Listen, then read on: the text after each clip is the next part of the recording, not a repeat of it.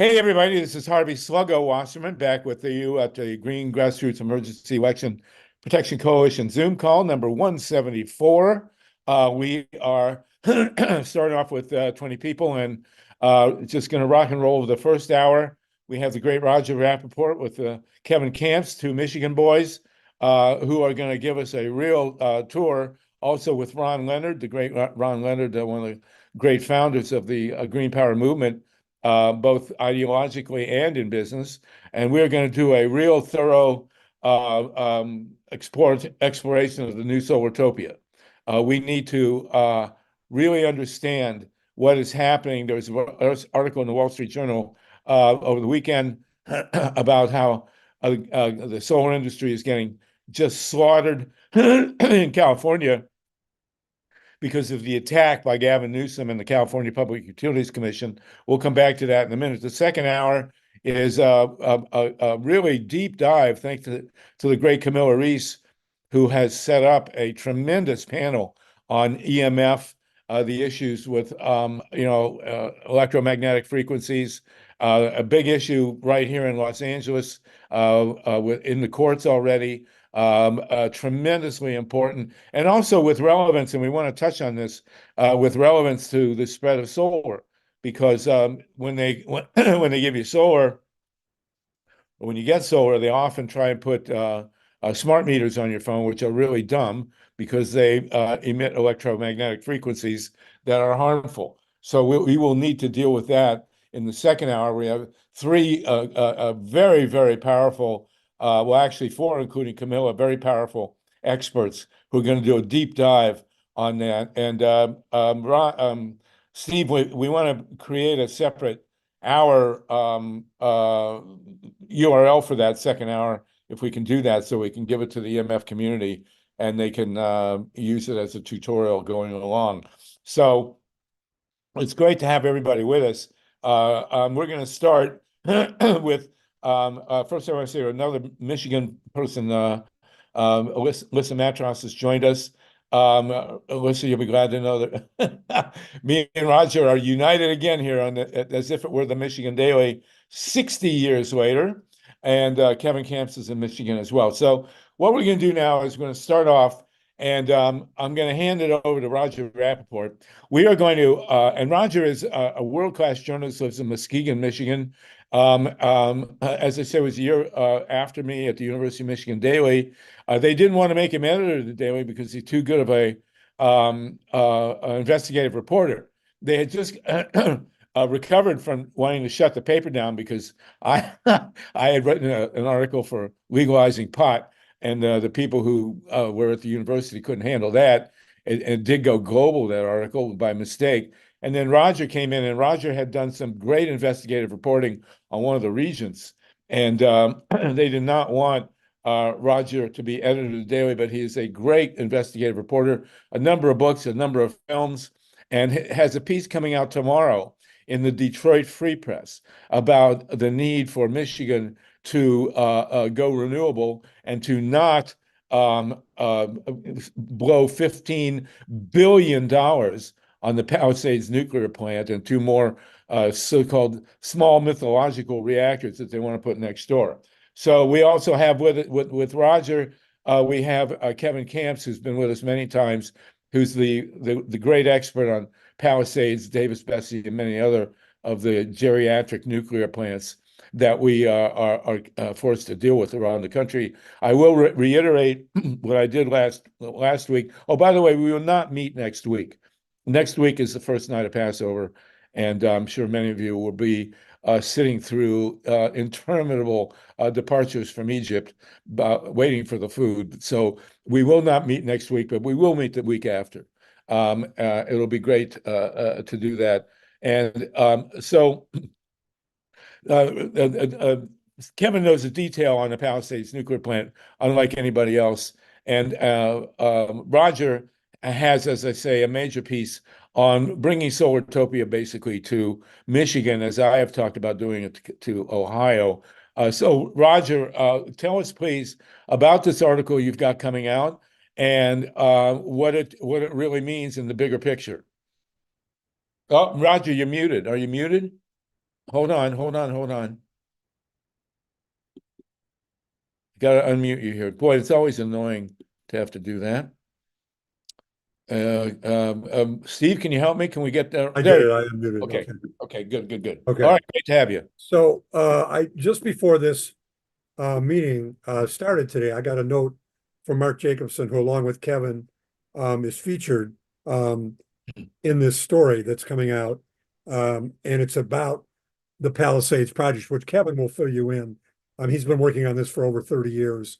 So he's probably the world's leading expert, not just on Palisades, but on this whole attempt to revive reactors that have closed and were scheduled for decommissioning.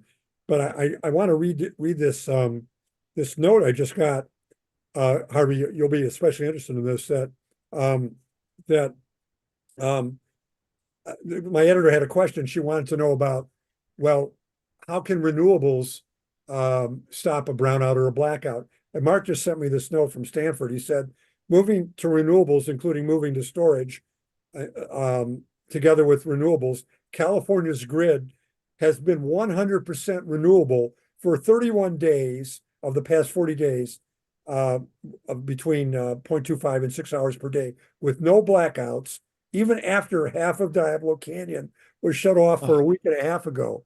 So this is just one more example of why the fossil fuel industry and the nuclear power industry are in a blind panic. They are totally scared to death because as of June, when the Vogtle plant in Georgia becomes the third reactor in this century to go live, fully operational in the 21st century, there are no nuclear power plants under construction in the United States. That's the first time that fact that's happened since 1954 when the shipping port Right. reactor opened. And Kevin, you are one of the people that has made this possible. There are many other people in this cast, but when you think about what that means, it means that not only have they given up on starting new nuclear reactors in this country, there was one in Idaho, one of the vaunted SMRs that Bill Gates has been talking about and putting a little bit of his own money into. It was shut down because guess what? The costs were out of sight. And that was the first of the SMR reactors. So the question is, why is this happening? It's because renewables are totally taking over in more ways than one. And I want to give you this one example. In Ohio, where probably the biggest political scandal ever in state history, which Harvey has written about beautifully, there were huge payoffs to utilities and lobbyists and so on. In Ohio, they actually have a law on the books that wind is banned in one of the windiest lakefront locations in the United States. That's how desperate the industry is. So here's why they're panicking.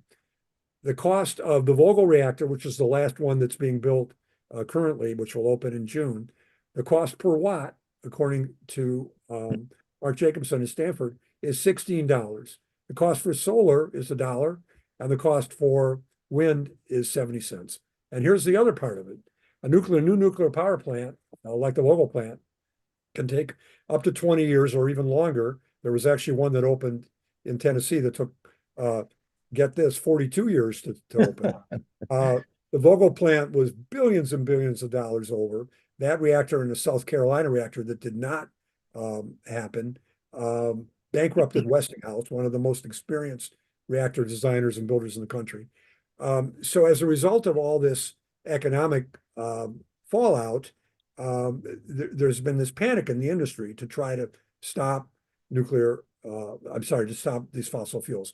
And there's no better example of it than right here in Michigan. And I'll just very quickly say that the attempt to spend, get this, over $15 billion to restart the Palisades reactor and build 2 new SMRs.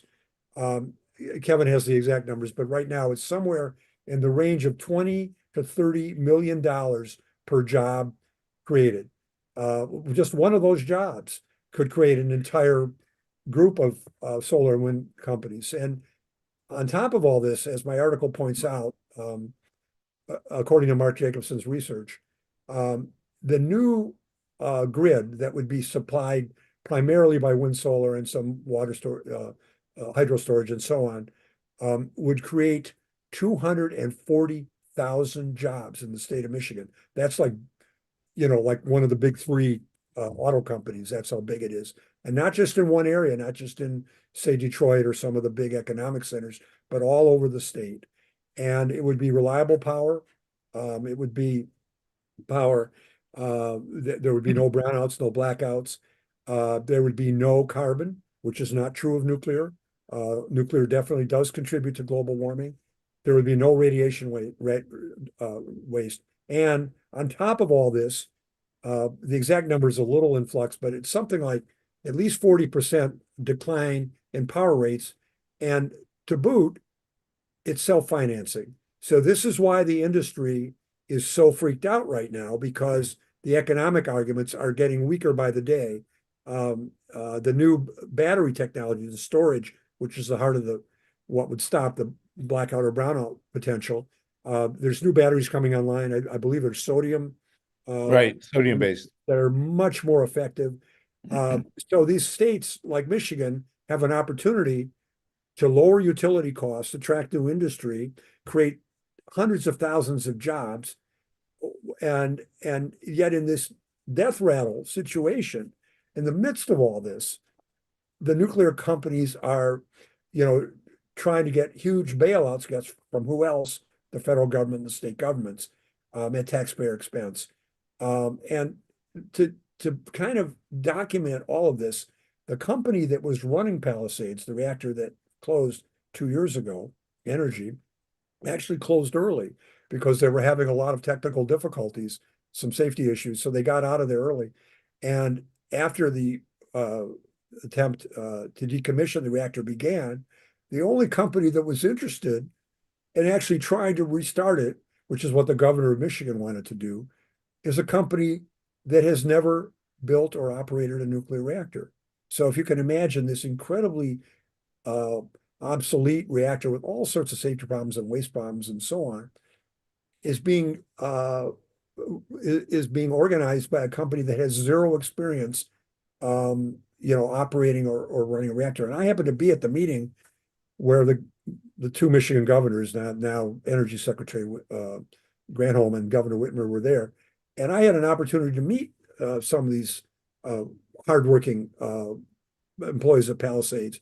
And I asked them, I said, well, are you considering bringing in a company that actually has operated a reactor? For example, in Canada right now, there are 4 reactors in a part of a 10-year process that are being refurbished. Each one of these refurbishments, this is an ongoing reactor with a very technically trained crew, the reactors that have been operated for decades. They're taking almost 4 years per reactor.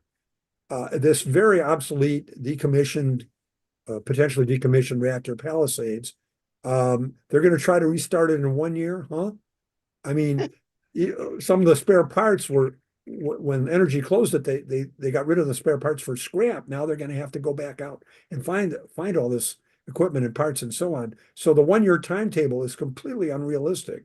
So when I was talking to the Holtec people, I was asking them, I said, well, gosh, are you going to bring in anybody who's actually done this, who's run a reactor, who's actually, because nobody's ever taken a closed reactor, that was scheduled for decommissioning. It's the first time in the world this has ever happened. And they said, no, they're going to do it themselves. So this is an indication, I think, of wishful thinking. And the problem that the industry faces is, if they don't start refurbishing these old reactors, and nobody wants to build a new one because they're too expensive, the whole industry is on the ropes. And I think Kevin now can give a little bit more insight into why we're at this tipping point, so to speak, for the whole nuclear power industry. Well, thank you. That's great, Roger. And Kevin Kamps, as I say, and we've met Kevin before. We have 41 people with us right now, and we're also live casting. Kevin is, as Roger said, a great expert on Palisades, and especially the old reactors. We have 94 old reactors in the United States. They're the big ones, the light water reactors. The first one, as Roger said, started construction in 1954 with the Navy and Westinghouse. And at the tail end, Westinghouse went bankrupt, in large part because of these two reactors. And Georgia, which came in $20 billion over budget, took, 15 years. And then next door in South Carolina, nobody ever talks about this. They tried to build two reactors in South Carolina at VC Summer. They put in $9 billion, which is what they spent on the Webb telescope, for God's sakes, and wound up with two big holes in the ground and nothing. And it's never going to operate a VC Summer. I mean, there's no there. So, and as Roger said, there are no more large reactors under construction in the United States for the first time in 70 years. But there are, these somebody's on some kind of acid building small mythological reactors, which are all on paper, and they've admitted they can't get the first one operating in the commercial realm until 2030. That's 6 years from now. And if the schedule starts and goes the way the first generation of reactors was, they'll probably be more like 12 or 15 years. And meanwhile, there's nothing. They're all talking about nuclear power fighting global warming. There aren't any that are being built, and the ones that are operating, as Kevin will tell you, are a nightmare. So go ahead, Kevin. Then we want to go after you to Ron Leonard. We want to talk with Ron about renewables and the realities of especially the new generation of battery storage. But Kevin, please go ahead. You're always the best dressed on the phone, by the way, so it's really good to see you. Yeah, I've got my radioactive waste is not your friend ball cap on from the Snake River Alliance out in Idaho. So, I mean, Harvey and Roger have done a great job kind of laying things out, and congratulations, Roger, on the op-ed in the Detroit Free Press. It's very timely. Roger mentioned there was this love fest at Palisades on March 27th, the eve of the 45th anniversary of the 3 Mile Island meltdown. The governor of Michigan, the energy secretary, Holtec, host this love fest at Palisades about how they're going to bring it back and restart it and build small modular reactors. And DOE announced the first $1.5 billion in loans towards the restart. But as has been mentioned, that's 1/10 of what Holtec is asking for. They're asking for a grand total of $15.7 billion. The breakdown is $8.3 billion for the restart scheme. And then on the SMR side, it's $7.4 billion. And Roger mentioned the per restored job figure at Palisades for this restart. If you divide $8.3 billion by 280 restored jobs, which is the latest figure that Holtec's been using, that's a figure of $29 million, nearly $30 million per restored job. And Roger got a hold of a figure from Michigan. State subsidies to create jobs in Michigan last year averaged $29,000 per created job. So it's a nice ballpark round figure of it'll cost 1,000 times more money to restore a job at Palisades than it costs to create a job in other economic sectors in Michigan. So these are absurd giveaways by the public to this criminal corporation, Holtec. And Roger mentioned the strangeness, the oddity that they're drawing their line in the sand at Palisades. Palisades has been a lemon since it opened in 1971. In fact, the original owner, Consumers Power, back then sued the construction firm, the architect engineer Bechtel. They sued him for $300 million back in the early 1970s. That is a huge amount of money when you adjust for inflation to today's dollars. And then they settled for something like $13 million. It was an indication that Palisades was messed up to begin with. And sure enough, they had like a 50% capacity factor throughout the 1970s. So they were only making half the electricity they had promised, which is pretty bad. And then just another snapshot in time after Fukushima in 2011, Palisades had a horrible operational track record. They had 5 unplanned shutdowns in 2012. And I'll give an example. One of the worst ones was a worker almost got electrocuted, cut off half the power to the control room, which is not good when you lose half the power to the control room. What could have happened, and this is a segue to one of the major safety issues at Palisades, is inadvertently the emergency core cooling system could have been activated in that electrical chaos created by this near electrocution in the control room. And if that had happened, all this rosy talk, all this optimistic computer modeling, all these rosy hypotheses about how the embrittled reactor pressure vessel at Palisades is just fine to keep operating as is, could have been tested in an instant if the emergency core cooling system had been activated in 2012. It was September of 2012 when this incident occurred. It's like a hot glass under cold water, except the metal of the reactor pressure vessel is at a ton of pressure per square inch. And what that cold water supply could do is fracture the vessel through wall. You would inevitably have a core meltdown. The last line of defense would be the containment structures, which at Fukushima we saw fail ×3. The containments failed ×3 at Fukushima. 3 meltdowns, 3 containment failures, massive releases of hazardous radioactivity into the environment of Japan, into the Pacific Ocean, into the air. At Palisades, I mean, Arnie Gunderson, who is our expert witness at Palisades for the past decade, wrote an essay because we were already engaged at Palisades, in 2014. What if there were a Fukushima scale catastrophe at Palisades? He pointed out that the Pacific Ocean is 30 times more voluminous in terms of water than the Great Lakes. It would be a global catastrophe because the Great Lakes are 21% of the entire world's surface fresh water. They are 84% of North America's surface freshwater. They are 95% of our country's surface freshwater. 40 million plus people draw their drinking water from the Great Lakes in 8 US states, 2 Canadian provinces, and a very large number of indigenous nations. That's what's being played with here. And so it's just really ironic that, as has been mentioned, Holtec, which has never operated a reactor, has never built a reactor, is asking for more than $15 billion to restart one of the most dangerous reactors in this country that's now been closed for almost 2 years, and wants to build 2 small modular reactors, which aren't small. They're 300 megawatts electric each, which is 4.5 times as big as Big Rock Point up north in Michigan, which was one of the dirtiest, radiologically dirtiest reactors in the country.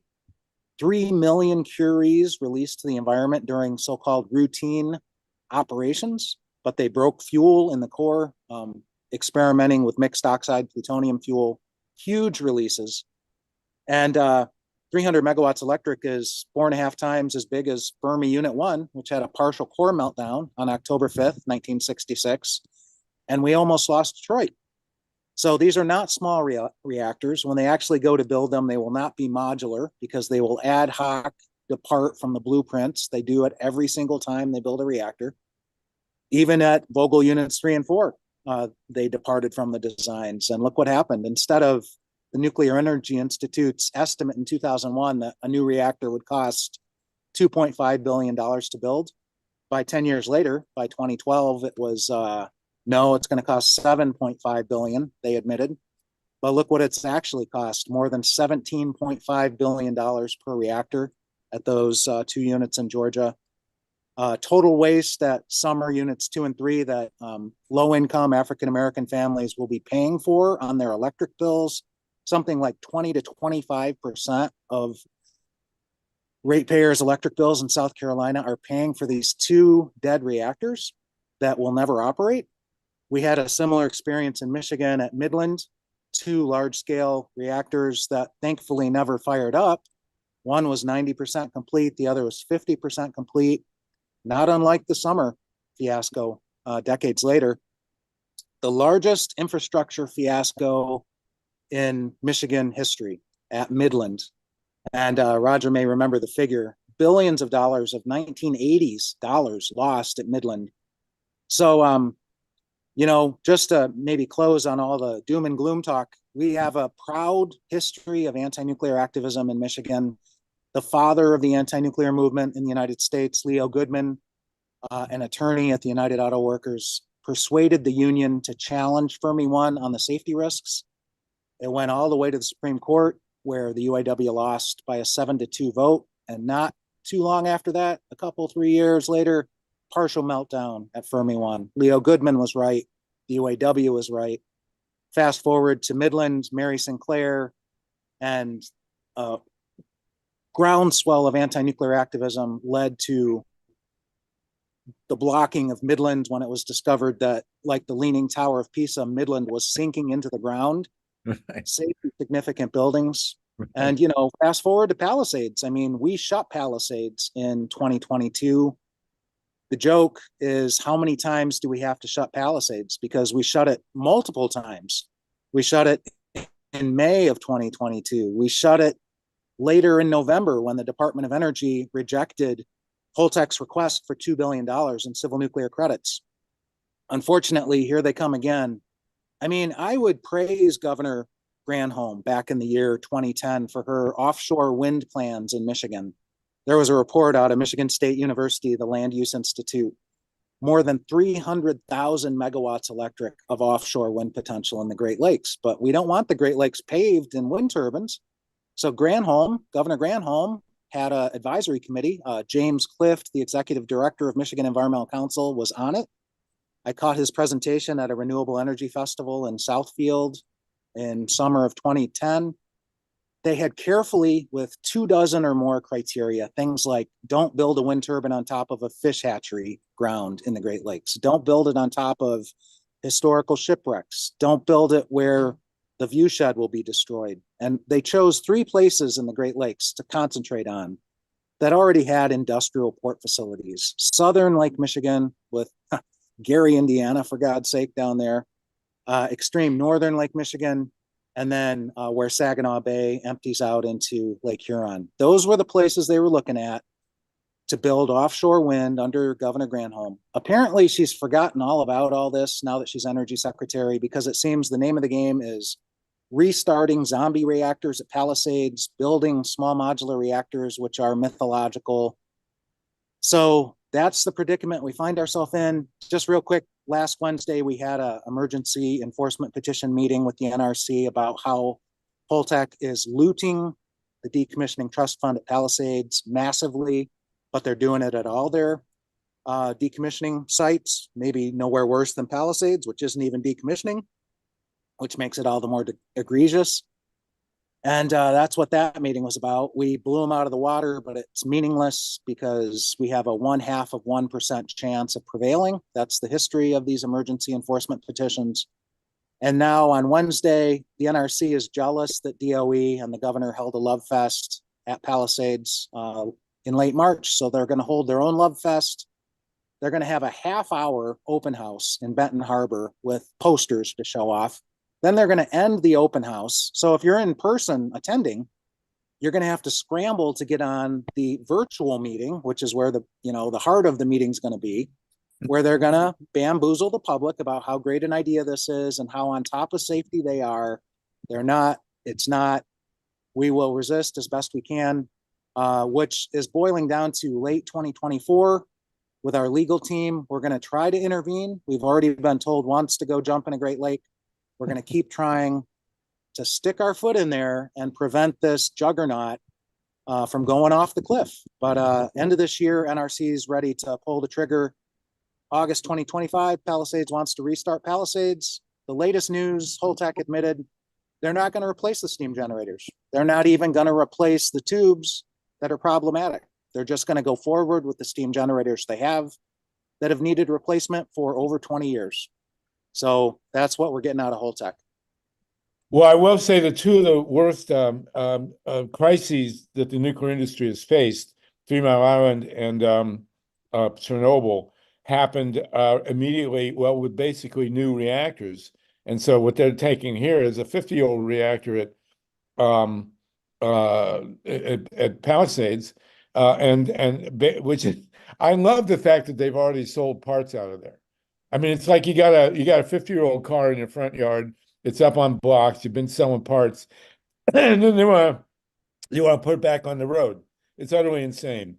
And what makes it even more insane, and this is the key, is that the renewable revolution now, Solartopia, has made all this mood. I mean, as Roger has said, the immense renewable potential in Michigan between wind and solar has completely undercut the whole thing in terms of cost. So I want to get to Ron Leonard. Ron is one of the great founders and pioneers in the green energy industry. And one of the things that Roger talked to me earlier was that he was challenged about blackouts. And I told him that in California, we've had twice now, privately owned as well as, large scale batteries have prevented blackouts that were almost in progress. Can you tell us about that, Ron Leonard? Well, it's actually even more interesting in that large systems certainly are in place in California, big batteries that are sitting there right this second, and they're designed to prevent the grid from failing when the electricity system goes wonky and the voltage spikes happen and all that sort of bad stuff occurs when it's 100 degrees out. But California had this very interesting rule that says if the price of electricity goes above $1, you got to drain the batteries. So what does the utility do? Drains the batteries at 2 o'clock in the afternoon. Oh, so what happens at 7:30 at night? We need the power. The batteries are empty. What do? Well, what we do in California and what we did twice in California was call on 1.8 million solar roofs. Few of them also had their own batteries, and that saved the grid from collapsing completely at least twice that we know of. Now, just look at that in terms of dollars and cents. That's a big contribution that people who took money out of their bank, put solar on their roof, and gave back to the ratepayers of California and the industries and businesses in California every time they saved them from the entire grid collapsing. Now, I'm not really saying that the grid operators are, I don't know, neglectful for not thinking about this, but doing it twice? What the heck are they thinking? So as Roger said, Mark Jacobson says that we have quite a substantial reality now of renewables running 100% of the grid in California. We saw the chart that Steve just put up shows that the battery capacity in California now is 2 or 3 times the capacity of Diablo Canyon.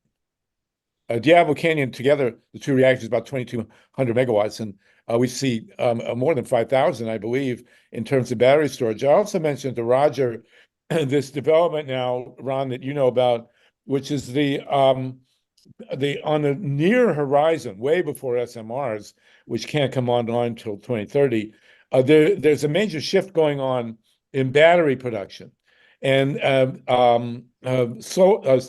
sodium is now, I won't say replacing, but in the because it's too heavy, it's heavier than lithium, but large backup batteries, industrial size, are starting to transition now to sodium, which is, I believe, an order of magnitude cheaper than lithium. Is that right? Well, sodium is more available on the Earth, but as you know, Harvey, we have found vast amounts recently of lithium in California, one in a water source and one in an empty volcano source that's enough to provide all the batteries that we really need for the next 25 years. The good news is batteries, no matter what the manufactured product is used in them, are now cheap enough, and the magic dollar figure is $100 per kilowatt hour. So we now can use various sources of storage to ride out any outage or blackout or voltage drop or what have you. And then there is the real argument that they keep rolling out on us. Oh, what happens? You can't use renewables because at nighttime the sun doesn't shine, and what happens if the wind doesn't blow, and what do we do? Oh, well, guess what? We thought about that. Surprise. And a guy who I happen to know, his name is Mark Perez, who did his doctoral thesis on this issue and analyzed the largest grid in the United States that extends from the Canadian border to the Gulf of Mexico. It's the MISO, and the numbers actually work with 100% renewable energy, just like you're talking about in California, but they actually work 24 hours a day. And we do that through various trickery, but the fact is that renewable energy is so cheap right now. Batteries are widely available. Wind, solar, hydro, biomass all complement each other. And guess what? It all works. Why are we jumping backwards to technology that, well, I don't know, sort of We're losing you, another Ron. power plant around here, Shoreham, that cost $6 billion in Long Island and was really not operational for more than a week. And the ratepayers here are still paying it off. They're, in fact, after decades, right now, I think they owe $400 million. So if anybody would like to pick up on that bill that we have way back when for all these dysfunctional behemoths that we entrusted on our future, I think we should do something smarter, which is proven technology, renewable technology that happens to be clean and doesn't leave us with eons of waste material that are, Okay. we're giving this to our children's children onto the future. This is not right. This is not sensible. This is not how a rational society should run. Well, I just read a piece by Michael Schellenberger, who's a apologist for the nuclear industry. We refer to him as Scheisskopf, complaining about the so-called waste from renewables, from solar panels and windmill turbine blades and stuff like that. I mean, the thing, Michael, is it's not plutonium and it's not radioactive and it's all recyclable. And you can recycle it, yes. The solar industry is going to have to do a better job of recycling its stuff. I will say I've been looking at Los Angeles. Los Angeles does has a plan that to go 100 so-called green by 2035, but they don't. This plan from the DWP, Department of Water and Power, does not talk about rooftop solar in any formidable way. I mean, we have, and by the way, the National Renewable Energy Lab has done a study of usable rooftops in the United States. It's an enormous number. I don't have it in front of me, but I could get it easily. But it's many, many millions of acres of what's happening now, as Ron knows very well, and Roger and Kevin have written about. And by the way, I want to welcome John Steiner is with us, and also CAMILLA REES. And CAMILLA has set up for the second half hour. It's about 20 minutes from now. We're going to do a really deep dive on EMF. If you want to ask questions about what we're talking about now, please do, the new Solartopia. But the bottom line is, Los Angeles, I hate it when I see big solar farms going on off in the desert. I don't think there should be any new solar panels installed except on rooftops. With one exception, which would be the aqueducts and the reservoirs. The aqueducts should be covered with solar.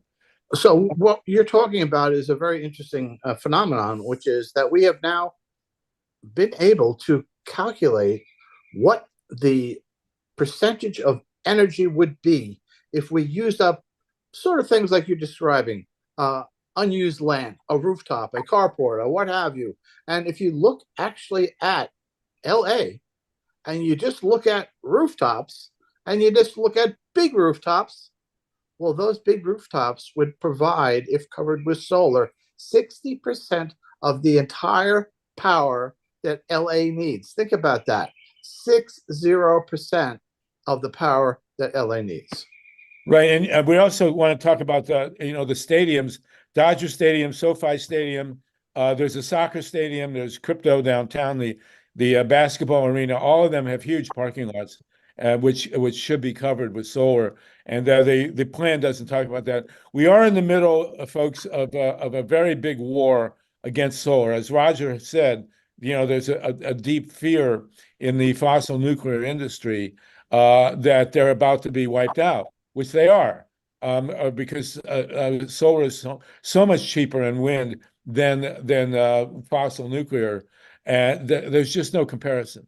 And as Kevin has pointed out, we're at the end of the nuclear power road on light water reactors. and there'd be the beginning of this small mythological reactor push, of which there are none. So for the next 6 years, until 2030, there's no possible contribution that new nuclear power plants can make to fighting global warming. But the problem is they cause global warming anyway. So Roger, I'm assuming that you've looked at the wind power capacity in Michigan and the solar. I will say that what happened in Ohio was that we had $4 billion in private money. This was private money poised to build independent, free market, utility market windmills in northern Ohio. Northern Ohio, what we call the North Coast, is great for wind because there's good steady winds, not as strong as in the lakes or in the Dakotas down to Texas, but strong enough. There's transmission there, which is a big issue, but that area is crisscrossed with transmission. The land is flat. The farmers want the windmills. I know I was up there selling them, and they wanted to. If you're a farmer, you put a windmill on your land, you get $8,000-$10,000 a year for doing nothing. You get the lease payments, and which they need, and so all that I assume is available in Michigan as well. And but what they did was in 2014, the legislature came in and put a single sentence in the Ohio Code, and that sentence had to do with the setbacks. It made it much more virtually impossible to build a commercially viable wind project on private land in Ohio, and they killed $4 billion worth of industry, which would have created thousands of jobs and given Ohio incredibly cheap energy. And they've been killing also windmills in the lakes. There are no major offshore windmills in the lakes. Lake Erie is just an incredible resource, as is Lake Michigan, and that's what the industry has been doing. And that's So what by pricing ourselves out of the market on energy, essentially, we become more and more dependent on these other sources that are A, too expensive, B, they have certain risks. There's also transportation risks, and as we've seen, the hidden cost of nuclear power in the Ukraine, where the world's worst nuclear disaster in Chernobyl, and now the other plant that's being attacked. There's safety risks on top of it. So obviously, it's a lose-lose situation from the beginning. But on top of everything else, it makes us economically less competitive with other parts of the world that are going with renewables. And the other problem is the long lead times. I mean, you mentioned the plants that never got built, like Midland, that lost $4.5 billion. The huge old bankruptcies, overruns, and all that sort of thing. But combined, all of these things make America much less competitive. And of course, states like Ohio, when they're trying to attract industry, as energy prices go up, it's a double whammy because it negatively impacts ratepayers, and it also affects the ability of the state to attract new industry that don't want to pay these ridiculous rates. And that was all part of the scandal that I think, Harvey, you need to talk about, because there was another death last week in Ohio. I think you need to talk about the chairman. Yeah, so we mentioned this. I did put a piece out. It's at freepress.org. Thank you for that, Roger. As we know, the FBI found a $61 million bribe. I'll repeat that, a $61 million bribe. And this is not conspiracy. Well, it is conspiracy theory. It happens to be true, which was given to the Speaker of the Ohio House, who's now doing 20 years in federal prison. And there was a suicide. They nailed about, I don't know, 4 or 5 guys, and it was all guys who were involved in taking this money from the utility in order to get $1 billion bailout for the Davis-Besse and Perry nuclear plants. And one of the guys actually, well, let's put it this way, he turned up dead, and it's been said it was a suicide. Whenever there's a so-called suicide, and when you got $60 million of bribes floating around, you really got to say alleged suicide or likely suicide or whatever. And then this guy, Steve's put up here, Sam Randazzo, I knew him. I would go to hearings downtown at the State House, and he'd always be there. He was a lobbyist for the fossil nuclear industry and for the big energy users in the state. And he was always friendly, very nice guy, very smart. And we would kind of shake hands and laugh because we were totally on the opposite sides. But a week ago today, he turned up dead in a warehouse he owned in Columbus. He was facing again, 20, God knows how many years. He had 20 counts of state and federal of corruption. Mike DeWine, who himself is incredibly corrupt, this governor, put Sam as the head of the Public Utilities Commission. I mean, that's like putting the fox in front of the hen house after the fox has already eaten half the hens. I mean, it's ridiculous, And nobody could believe that DeWine did this, but he did. And yeah, no hens left. And now we got, and this was the lieutenant governor. Took $1 million for his campaign before the bailout, just before the bailout, this guy. And I mean, there's shameless up there. So you're wondering who paid how much to the California legislature? Then when Gavin Newsom goes waltzing in, strong arms everybody to bail out Diablo Canyon for more than $1 billion, and then gets the PUC to just absolutely decimate the solar industry in California. And this is in the Wall Street Journal. I mean, they are killing rooftop solar as fast as they possibly can in California. It's insane. And as we know, LA could be one big solar collector, one big solar farm, between the stadiums and the large warehouses. Great sun in LA, as I'm sure you've all heard. There's no reason to not do this. So we're at the turning point here. And there's a reason to do it, which is that unlike the rest of California, LA is a muni, and they are not getting strangled by the law that is stopping solar roofs on people's buildings, solar roofs on multifamily housing, and now community shared solar in California. So, right. And they're doing that would be big. Well, the governor is doing his best to kill it. And I want to know from the FBI who's paying him off. We have yet to come up to talk. We've talked about this a lot. Other people in California. What is Gavin Newsom's motivation for killing the solar industry and for bailing out Diablo Canyon? I mean, there's no visible a reason for him to do this. We theorize that he's going to run for president. He wants all the money from the big backers of PG&E. And by the way, the president, the person who runs PG&E, Pacific Gas and Electric, which has been convicted of 92 counts of federal manslaughter because of their mishandling of the grid, of gas burners in San Bruno and transmission wires in Northern California. The head of PG&E gets $52 million a year payment. So anyway, listen, raise your hands. We're going to go in a minute to Wendy Lederman to fill us in on abortion in Florida. And then we're going to go to CAMILLA REES, who's got an incredible panel lined up for EMF in the second hour. Tatanka, go ahead. Tatanka, you're up near Diablo. I think Ron and Kevin probably know who most of the board members of PG&E are, what their occupations are. You want to share that?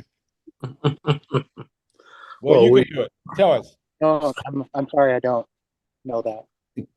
You know, Ron?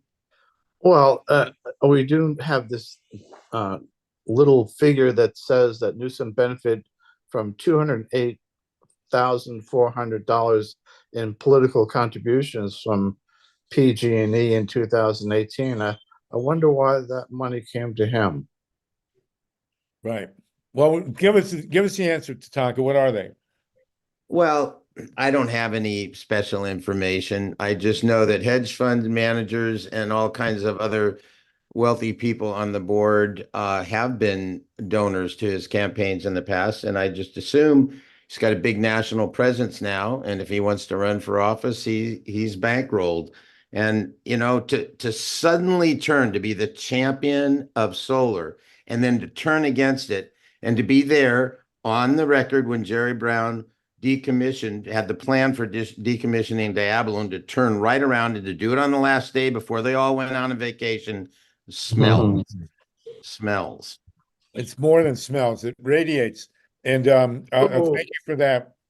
Listen, we got 48 people and we've been joined by Myra Rees. And Myra, thank you for coming to us and thank you for your incredible fortitude in terms of your medical struggles. And we're really honored to have you with us.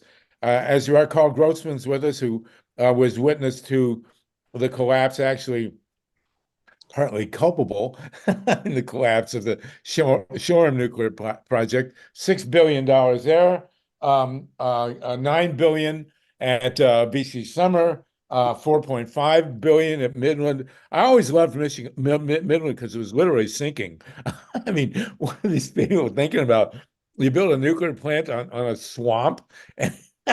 Come on, guys. Okay, Kevin, then we'll go to Myla, and anybody else has a hand. We do want to give Wendy a little time to talk about situation in Florida. Go ahead, Myla. I just wanted to respond. Oh, I'm sorry. Oh, Kevin, yeah, go ahead. Kevin, then Myla. I just wanted to respond to Tatanka. Governor Whitmer in Michigan is very similar to Newsom. Newsom's worse because, like you said, he did a 180. Whitmer didn't really have a position that she talked about, but I think it is, you know, when they did it in early 2022, it wasn't clear that Biden was going to run again. So they were positioning themselves to run for president. And I mean, Newsom debated DeSantis, for God's sake, right? So he was really out. So I don't know. There's like this unwritten rule that if you want to run for president as a Democrat, you got to be head over heels in love with nuclear power. We're sure seeing that from Biden right now, unfortunately. And the polls are showing that he would be the best person to debate Trump for the Democrats. Who, Gavin Newsom? Gavin Newsom, yeah. Oh, God. Well, again, Trump will have to wake up. I mean, he's taking a nap in his trial right now. Myra, Well, I raised my hand initially because I wanted to answer hedge funds. And I only know that because of Tatanka, but Tatanka, you beat me to it. But also, you know, the Democratic Party has been, you know, Obama had that, all of the above, including nuclear. Claire McCaskill, unfortunately, a lot of people in the dominant corporate part of the Democratic Party are in love with nuclear, and we know that Obama's great advisor David Axelrod was very involved with Exelon, which is one of the nuclear giants in this great land of ours. So anyway. Yes, unfortunately, many Democrats have not yet woken up to the horrors of nuclear power. Can I just add something here? Yeah, go ahead, Raj. Then we'll go to Paul Newman.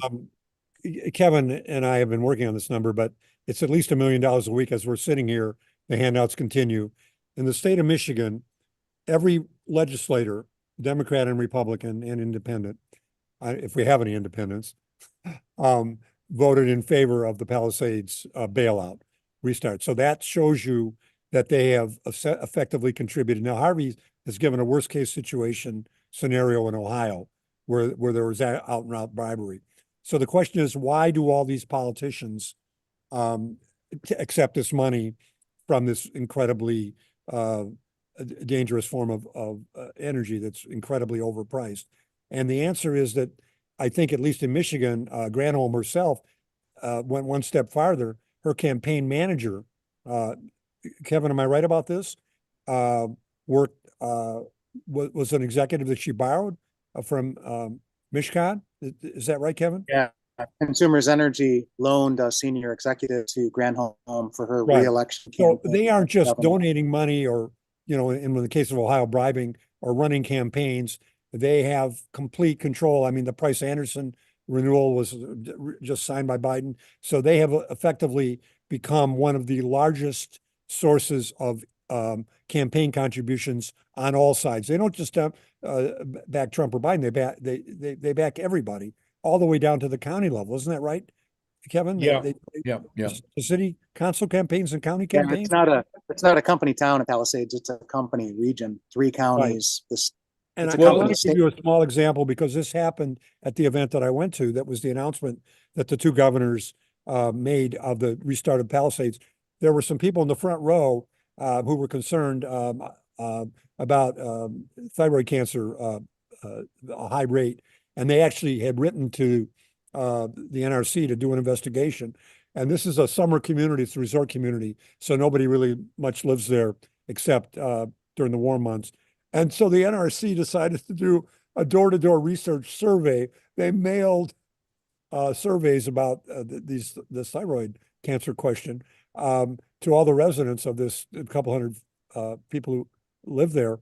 And they mailed them in the winter when nobody was there, and the mail got returned. I mean, that's how sophisticated Right. they are. And the point is that if you went to this hearing, there were people that were raising posters, about this question. Please answer our question. Please do a survey. Give us information. These people were they were asked to leave. So then they picketed on a road outside the plant, and the police came, took their ID, and told them to never set foot again on this property. They literally kicked them off the roadway, miles away from the plant. I mean, that's a company town.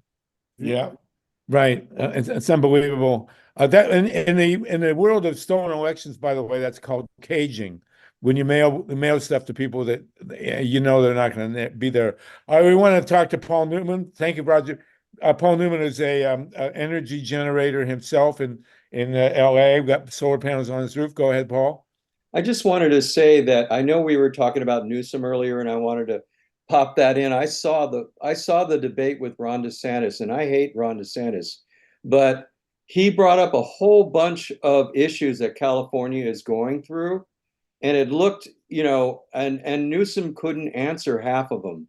And it looked to me like Newsom, if this was a contest, he wasn't winning the hearts and minds of the Fox viewers. And I was very disgusted, actually. So I just want to say that, and I think some other things are going on with Newsom. Here's a guy that had health care in San Francisco for all the waiters. I mean, what happened to him, So I just wanted to bring that up, that I don't think he did well in that debate. And then meanwhile, I'm hearing progressive radio, all these people commenting about, oh, he kicked DeSantis's ass. Well, I saw it, and he didn't do very well, and they just brought up one topic where he did, and that was it, which had to do with the books, banning the books, and that was it. So Well, I just losing Ron DeSantis is like losing to the 1980 Mets. Come on, that's amazing. Well, you get kudos for sitting through the debate. We got 54 people with us now. People are lining up, I think, for the EMF thing. And this was an incredible session. Thank you, Roger and Kevin and Ron. And Tatanka, go ahead, and then we're going to... Just one question I don't know the answer to. Who wrote the infrastructure bill? And in which rooms? I mean, you can look at where the money went and you can surmise it, but who was it that was responsible for that? Who knows? I don't know. Find out. Because I know the industry, the fossil fuel industry had a 50-year plan, and in the 2020 time period, they were going to feather in all renewables to control the whole world's energy supply. That came out of Stanford Research Institute in 1976. So well, here we are. I think it's like a Titanic trying to turn, and they're still in the past, Here, near and far, wherever you are. This has been a great session. Make sure, Roger, that you send out your the piece from the Free Press when it runs tomorrow. Yeah. And we got to make this transition quick. And we want to thank CAMILLA REES for setting up the upcoming panel. One thing she's done is warned us that rooftop solar we can't do it with smart meters. I've been told, by the way, I'm working with a guy here in LA to do my house, and he says that the campaign against smart meters being combined with solar in LA at least has been very effective, and that people are aware of the issue. It's very important. Roger and Kevin, we won't meet next week, but a couple of weeks from now, you'll have your article out, and we're going to talk more about the new Solartopia. So thank you so much, both of you guys. Tatanka, Ron, we'll keep on this case. I do want to quickly give Wendy 2 minutes to talk about the situation in Florida on abortion, because it's a big one. And then we're going to go to our EMF panel, which Camilla has put together. Wendy, you want to give us a quick report there? Thank you, everyone. Sure, thank you. And Roger, point and Kevin, both put your contacts in the chat, please, real quick. Thank you, guys. No nukes and go blue. Go ahead, Wendy, real quick, and then we go to Camilla. Okay, thank you. Yeah, and if my just cut off my video Go if my ahead. signal goes bad. Thank you. So thank you. So Florida just passed well, the court upheld a 6-week ban on abortions in Florida, and the same day it struck down the challenge to the ballot amendment that we have a chance to vote on that got well over 1 million signatures. So we will have a chance to bring Roe versus Wade and protections back to the state if people vote in November. If not, at the end of April starts a 6-week ban where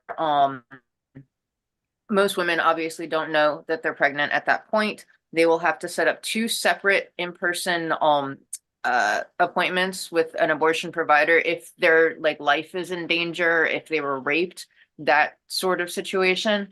And they'll also need counseling. And this is like when someone has a non-viable fetus inside them that is threatening their life and their health and potential future ability to reproduce, they have to go through a whole court process while they're awaiting this thing inside their body. Anyone who's raped has to show documentation, whether it's a police report or a restraining order or something to show that they're raped. And I just want to say that between 2002 when Dobbs happened and January 1st of this year, so in a year and a half, there are 500,000 reported rapes in the United States, and it's estimated that only 1/3 of rapes go reported. Of those 500,000 women in the 14 states that had bans enacted, there was 65,000 women in just those 14 states, not including Florida, that got pregnant from being raped. And so there's this talking point that I kept hearing when I was petitioning that a lot of writers seem to think that it's just this trivial percentage of women that get raped. They tell me that, or the women that get pregnant. But the point is that doctors right now, regardless of everything, and there's a lot more to this, obviously, so we'll keep following it. But right now, doctors are afraid to do their job. They're letting women suffer and women die, like Kate Cox in Texas, who was forced to go through a whole procedure while this foreign thing that could kill her is sitting inside her because people that don't have medical degrees are making medical decisions for people. Or like Brittany Watts, the 32-year-old, I believe she was 22 weeks pregnant in Ohio. She went to go get care for complications. They refused her care because the doctors are afraid to go to jail or lose their license. She went home and had a miscarriage, and investigators found the fetus in her plumbing and arrested her for a felony mistreatment of a corpse. And the only reason she got out of it is because it got public attention. So that's what's happening right now. People are suffering. And the bottom line now is that this is not going away, and you hopefully will be on the ballot in Florida next year. Oh no, this fall.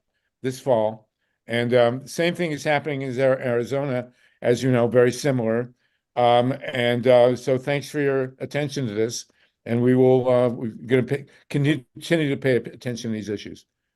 Thank you. If I could just say really, really quick, in Arizona, I do want to report because they just, and I'm sorry if you're hearing background noise. In Arizona, they just reinstated a law that was before Arizona even was Arizona. So the governor and the attorney general are refusing to prosecute any arrests in Arizona that are abortion related. So that's really great. And that's one way that we can counter this. Thank you so much. Thank you, Wendy. Good report. I'm sure you won't have that from Ron DeSantis, but we want to keep an eye on this. Obviously, it's going to be a driving force in the upcoming election. Okay, thank you. We've done deep dive on safe energy, a shallow on the abortion issue, but we'll come back to it as I mentioned again. Next week we will be at the Seder. We won't be meeting next week. We will meet the week after, however. Okay, Camilla Rees, you are our great guru on many, many things, but especially the EMF issue. We're joined by Carl Marrett and Duncan Campbell as well. Duncan seems to be somewhere in outer space, but I guess that's similar to being in Boulder, Colorado, which I know you are, and which I've seen you there many times. So Camilla, you have the floor now. You've Sure. got a full hour. We're going to devote this entire session. Also, Timothy is with us to the EMF issue, starting with 52 people. We are online, and we will be back on the radio on Thursday in New York. But go ahead, please. And then Ruth Strauss, I see your hand. Let's let these folks make their presentation, if you don't mind. But you are a medical doctor, so this is going to be right up your alley, and we're very glad to have you with us. So go ahead, Camilla Rees, please. Thank you very much, Duncan. I'm very happy to be on your program with this team. What I love about your calls is that they cover a lot of different topics and that are in the end all related to democracy, whether it's EMF or renewable energy or nuclear plants or freedom of speech. These are issues that are important to us all. So thank you for including us. I'll say a few words to start before we hear from Dr. Carl Marrett and Dr. Tim Sheckley and Duncan Campbell, all of whom are affiliated with the National Institute for Science, Law, and Public Policy in Washington, D.C., where I lead the EMF Education and Advocacy Project. And we'll put the link in the chat if you want to learn more. I know you've had the EMF issue on this Monday program before, thanks to Julie Levine and of 5G Free California and others. Today, we're first going to circle back to the biological and health effects of EMFs with Dr. Marrett to give a foundational understanding of the risks before we move forward in the later part of this program, which really looks at the issue in the larger context related to energy that communication technologies are using, including from antenna infrastructure, wireless devices, data centers, surveillance technologies, and the strain that is placing on the grid today, which reinforces the need to accelerate investments in renewables. And this is especially the case now, as we all know, with the extraordinary growth in the use of artificial intelligence and training and continual training of artificial intelligence. So not only is there a need to accelerate solar and other renewables because of climate change, as you've called it, Harvey, global boiling, and because of grid capacity, which we'll focus on today. But I want to mention also that because of the 93 or 94 decaying nuclear plants that you've mentioned in this country that are still operating and are very old with an average life of 40 years, that they need to be shut down. So in advocating for and promoting solar, the electromagnetic field issue is critical to understand. First, because people have been misled into believing that harmful radiating wireless smart meters are needed in solar installations, which they are not. And because solar installations often go up without addressing the dirty electricity issue created in converting from direct current to alternating current. And also because of the fire risk presented by electrical smart meters that get little attention, but is very significant, especially at scale. We'll put some photos into the chat of the fires and at meters on homes, and also a document on telecom fires prepared by Susan Foster, focused on the fires that either caused or contributed to the meters that caused or contributed to fires, and meters and cell towers actually caused or contributed to fires in Southern California from 2007 to 2020.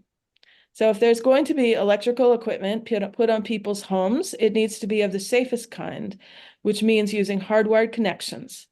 And the trajectory of putting more and more wireless meters in people's homes with solar has got to stop. So finally, I would be remiss if I didn't mention that some atmospheric and climate scientists believe that there is a connection between electromagnetic fields and global warming. And if that's the case, we're really in trouble. And Harvey, I recommend that you have a program on that. So we're going to put in the chat a journal article from the journal Atmospheric and Climate Sciences that focuses in on this issue and recommends that the climate science be broadened to look at the role that electromagnetic fields have been having in the weather changes. So no matter what corrosive influences we are talking about in our society today, the biological and health effects of electromagnetic fields, or tech addiction, or social media manipulation of our thoughts and behavior, or algorithmic censorship, and the profound disruptions to society from these effects, all of these issues are related to the failure of human beings to think holistically.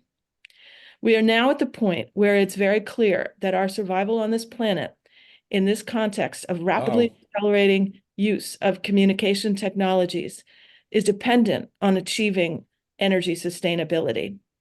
The present strain on the grid, as you're going to hear, is not at all sustainable.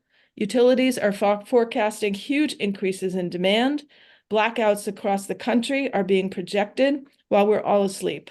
We're going to put in the chat an article from the New York Times a few weeks ago called "The Surge in Power Use is Threatening U.S. Climate Goals." Well worth reading. So we need to move fast toward renewables that today represent 21% of total energy in the U.S., with the solar component only being 4%. So there is a long way to go, and there is a lot of political and economic impediments and conflicts of interest in the way.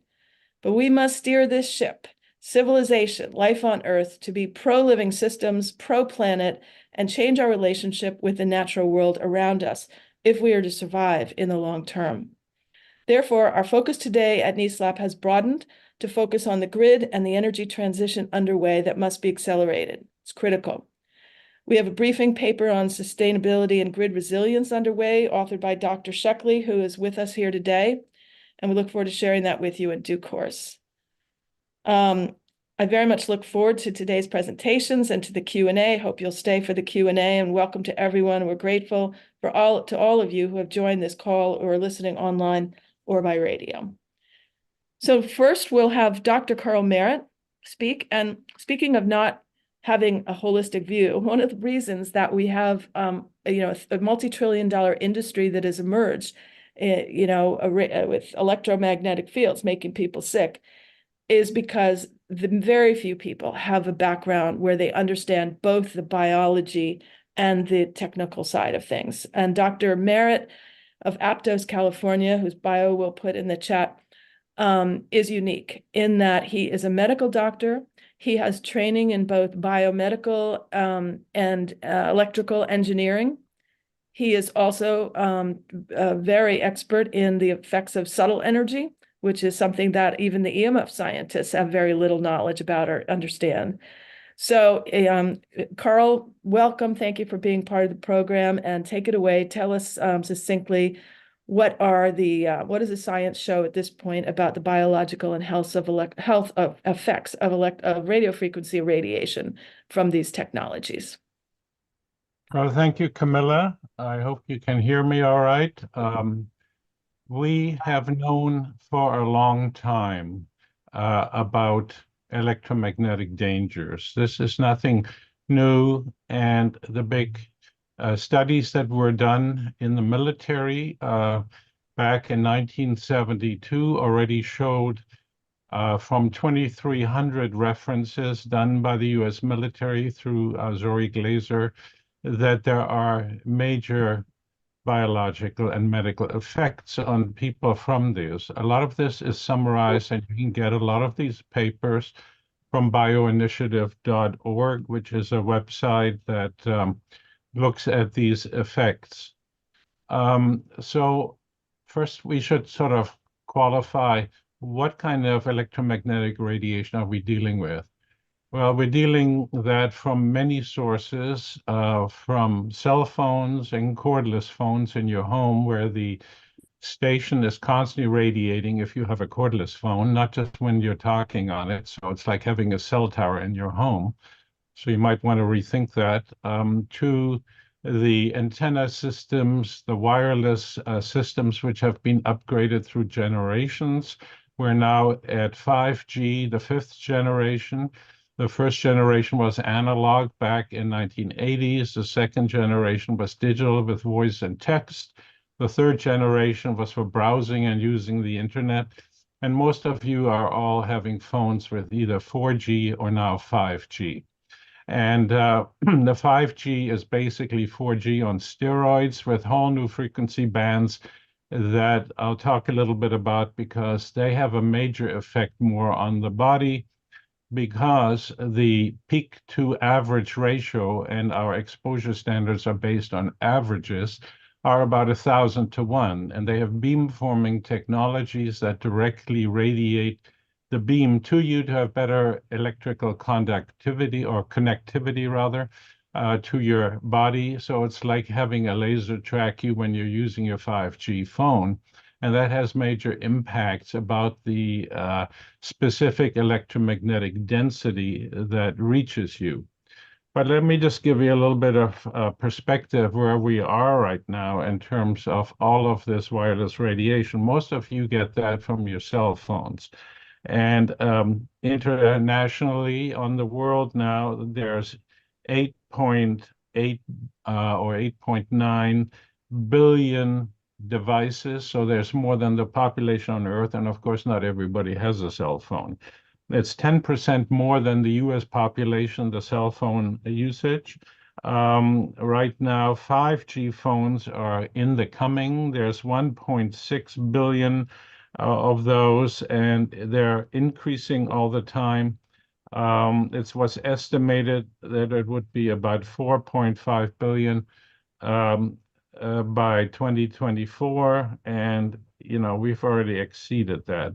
It's estimated by 2030 there will be 125 trillion radiating devices, including the Internet of Things, which will keep you totally tied into a grid that is totally monitored.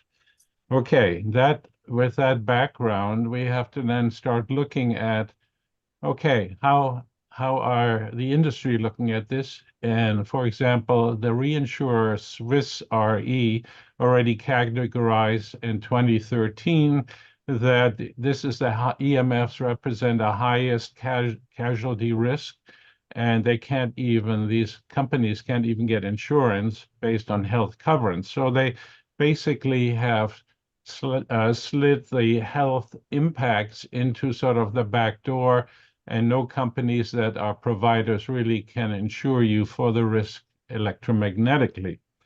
So as a result of that, in January 2020, the Senate passed S1611, which is basically saying that we have a new Digital Act passed by the House of Representatives, and they estimate this 125 trillion wireless devices, which are now exceeding the exposure standards that have been set. Now, let me say something about the protection of the government.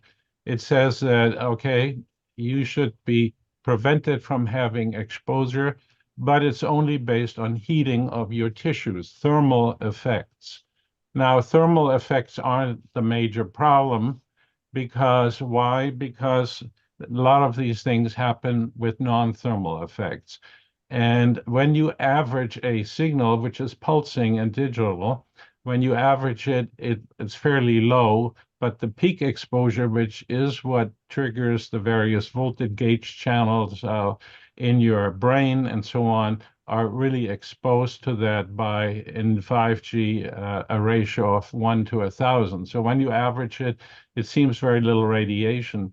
The second thing is that these exposure standards created in 1996 with the Telecommunications Act have not been updated ever since.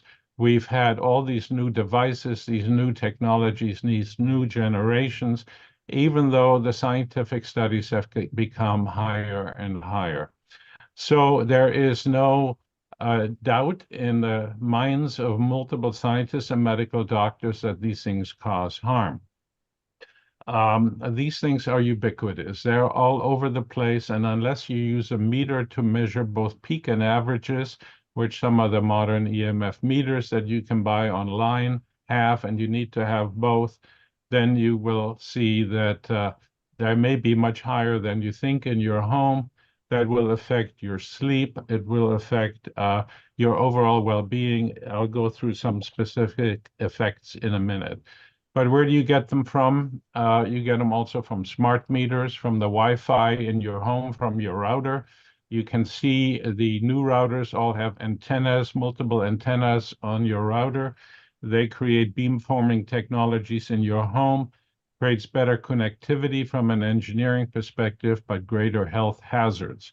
You also get it from cell towers, TV towers, if they're near you, even now satellites, and the satellites are beaming down from us thanks to Elon Musk and the whole Starlink system. So you have to differentiate between the devices that are near you, like phones that you put next to your head, where the radiation is much higher, as opposed to the power density from towers and other things, and your Wi-Fi router, which are still affecting you. And you must understand that the exposure standards that the FCC rather has are working are old standards from 1996. They refuse to renew them because they'll probably be a major burden on the industry. And they're only made for 6-minute cell phone calls or 30 minutes exposure from a tower. But you are exposed 24/7 to this radiation. Okay, so this is being more and more problematic because children all have cell phones now. At least 60 to 75% of children are having them, and at younger and younger ages. So we have a major problem because children have thinner skulls. The radiation penetrates about 3 times as much as in an adult, and their exposure to this radiation from their cell phones, when they don't use headphones or hold it away from their head, has caused a lot of problems. And you can see that now the health of young Americans is breaking down at age 27. We see a real break here of health decline starting at that young age. So we call them now screenagers, teenagers using screens left, right, and center. So where does this radiation from, say, your cell phone come to? It comes to your frontal lobe up here, and it goes into your temporal lobe on the side where the ear is. And it penetrates quite deeply. It's already at 60 to 70% of the radiation going into your head. And if you keep that up for long enough time, then it leads to an increase in brain tumors, which has been shown quite high. Now it leads to acoustic neuromas, things that affect your ear, which is growing. It leads to the salivary gland tumors in your cheeks and the parotid glands. It leads to the thyroid being irradiated from the phone next to you. And women who carry the phones in their bras are showing exactly where the antennas are. For example, on an iPhone, there's 4 different antennas for different frequencies. So we see an increase in meningiomas, nerve shell, acoustic neuroma, nerve sheath, acoustic neuroma, pituitary tumors. And this has gone on and on since especially the 21st century. Cordless phones have a lot of them. They're so-called decked phones. They're pulsing all the time. And we see this effect exactly now on people in their homes with sleep problems and other things. I want to just mention about the problem in firemen, for example, have cell towers on their building. They've now got so affected that they couldn't function neurologically, many of them, and they've gotten exemptions to get the cell tower on their fire stations removed. So we have a lot of different symptoms. The biggest symptoms of these, of course, are that they create electrical stress, or what we call oxidative stress. The increase in antennas has affected women more than men, about 5.6 times more radiation in the last 20 years exposure, and in men it's only about 2 to 3-fold. And as a result, we are not getting the protection. And you must understand that the new 5G phones and 5G towers, which is the 5th generation, are now located on your wireless poles, on your street lamps, They're often hidden in antenna with, so they don't look so bad. And this radiation is now part of this 5G system. They're hidden in light poles and so forth. And the long-term effects of these is that they can beam the signal very much right directly where your phone is. The phone and the cell tower talk to each other in 5G. And we're using higher and higher frequencies. In the 4G, it was all, either 2.5 or 5 gigahertz or billions of cycles a second. And now we're moving up into higher frequencies. Some of this, like at 60 gigahertz, which is planned, affects directly the oxygen and so forth. But what's the effect on this on your body? That's really the key things. Not only do we have cell towers, now we have it coming down to us from satellites and so forth. And so the exposure standards that we have are some of the highest in the world. In East Bloc countries in Russia, where they've studied it, they're 100 times less. And so we exceed these thermal guidelines with these pulsed waves all the time. And when Senator Blumenthal asked, what's the effect of this on the industry and has it been studied? They said, well, we really haven't studied 5G, we just released it. So Senator Blumenthal said, so we are essentially flying blind on health and safety.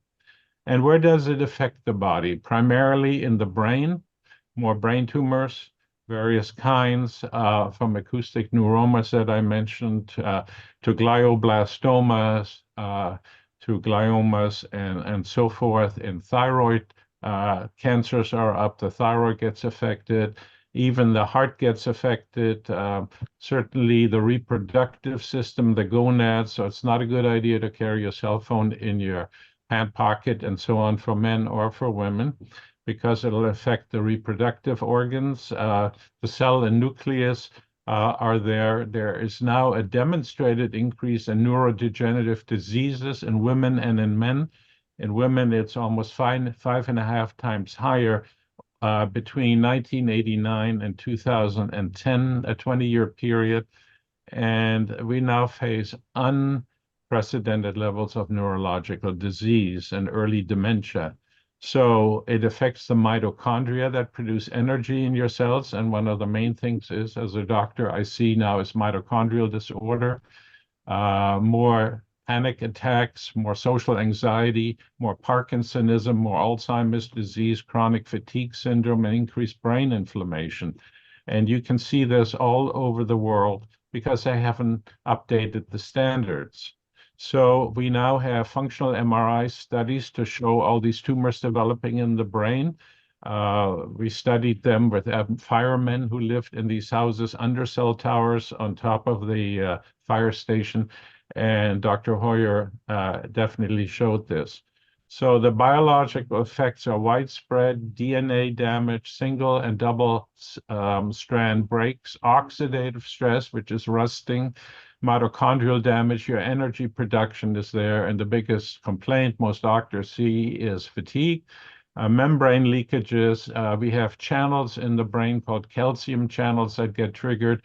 And so now we're seeing a whole generation of young people who are having anxiety, sleep disorders, which is a common side effect, changes in the DNA and heat shock proteins. So I just wanted to give you a little overview how widespread this problem is. We now see the breakdown in people, especially the aged and those young people, who should not have cell phones until they're a certain age. And many kids have said, I wish I hadn't had that so early, but then they're addicted. And as you know, the transmission from these devices stimulates the system of reward, the dopamine system. And these kids are hardwired. They can't live without their phone, and they have it day and night. So I just want to give you that perspective. We need new standards updated. We need the FCC, which is a captured agency, the Federal Communications Commission, to start setting new effects about. Scientists have given warnings about this. In 2019, 261 scientists in 41 countries, started to have appeals that the World Health Organization would pay attention. Nothing really has happened. So this is a major problem, and it's up to you to look after yourself for health-related matters and get a meter and learn about this. There's a lot of information out there. And I can tell you, we're seeing a breakdown of society through electromagnetic radiation. And I thank you for letting me speak here. Thank you so you. much. Carl is terrific. He's a rock star on this issue because he understands so many dimensions of it. I forgot to mention that he also was an EMF researcher in the Canadian military originally. So he's got, it's very helpful. Those of you who want to follow up with him, his info is in the chat. So we're now going to turn to Dr. Tim Sheckley, who's going to talk specifically about I just want to point out very quickly, Camilla, we actually have more people on the call now than when you started, Doctor. We have two hands. Camilla, it's up to you if you want. Lynn, no, I'd rather go on to the rest of the program. So we Lynn, look at Lynn and David, and also Dr. Ruth, if you can wait. We have two more great presenters. Go ahead, Camilla. This is phenomenal. This is just the warm-up. Camilla, I'm sorry. I just want to break in quickly and tell you were posting things as private messages to me and not in the chat. So I put them all in the chat. Thank you. Thank you. I don't know how that if happened. there's anything else, sorry. Thank you. Okay, great. Okay. Phenomenal presentation. Thank you. Go ahead, Camilla. Yeah. So now we're going to turn it over to Dr. Timothy Sheckley, who is going to talk specifically about smart meters, the strain on the grid from communications, technologies, and AI, and the need to expand distributed solar and microgrids. Tim and I have worked together over the past, 15 years. Tim, can you believe it? He authored two really landmark papers for us at NESLAP. The first one was Getting Smarter About the Smart Grid, where he explained the people and communities, the city councils, everybody's being misled about the capabilities of these smart meters, about their potential for integration of renewable energies, and then the second paper is called Reinventing Wires: The Future of Landlines and Networks, and that's also in the chat. And that in that he explained how we came to champion an inferior technology, that is wireless, over a superior technology, which is hardwired fiber to the premises, which is far superior on speed, privacy, reliability, energy efficiency, and much more. And there's a postcard in the chat that shows you the 13 reasons that the hardwiring is superior. You might want to take a look at. So Tim, can you first tell us about smart meters, what they do and how they work? Okay, thank you, Camille. Yeah, I wrote this up in 2012. We published the paper, NISLAP. It's posted easily. You can get it for free. It's called Getting Smarter About the Smart Grid. And it was mainly focused on, there was a lot of mania going on in around the 2008 to 2012 timeframe about modernizing the grid and doing all this wonderful stuff and these smart meters were going to enable that. So I thought I'd better write a paper on it because I was one of the people that developed the first prototype smart meters in 1980s and early 90s, and actually helped write the standards, which we called AMI today. That's the Advanced Metering Infrastructure. Of course, it was advanced in 1990, but not now. So, but in any case, the meters that were originally developed were hardwired, and they were basically to measure and control energy on the premises. And they did not send signals, except maybe once a month you could call them up with a telephone and dump the totals for the billing purposes of utilities. We developed these prototypes for companies like Southern Cal Edison, Duke Power, Hydro-Quebec, Florida Power, a lot of companies, and but they never deployed them. And until around 2008, there was a financial crisis, and that's what really created the modern version of the smart meter, which I feel is a total distortion of its original design. they hung radios on it because we didn't have the internet really widely used enough to put on every house at that time. There wasn't any optical fiber, and it just wasn't good communication, or wasn't consistent type of communication. So all these companies got on the federal bandwagon and bought and got billion, I think it was about $2 billion in funding to matching funds for putting smart meters in, and they get to collect put those in the rate base, which means they get about a 10% profit on everything they buy. And that's the business model of the utility. You got to remember that. That's fundamental. That drives most of their stuff and most of what they do. But the smart meters were radio, and the smart meter did not then and does not now manage energy. It can't do it because it's not controlling the premises equipment that uses the energy. It's just nonsense, and but they think that by moving that data to the utility, and then the utility can do something. It's never clear what to manage energy, but it doesn't contribute that in the least. And you hear a lot today about the latest line in smart meters is a time of use pricing. Oh, we're going to control how people use electricity by changing the price according to the time of day. But the problem is that strategy does not work without automated premises equipment that can respond to the time and the price changes. So people just aren't going to do it. Nobody's going to sit there and manage that. And so it's a fallacy, and the purpose is to jack up the rates and charge you more money and put it all in the rate base.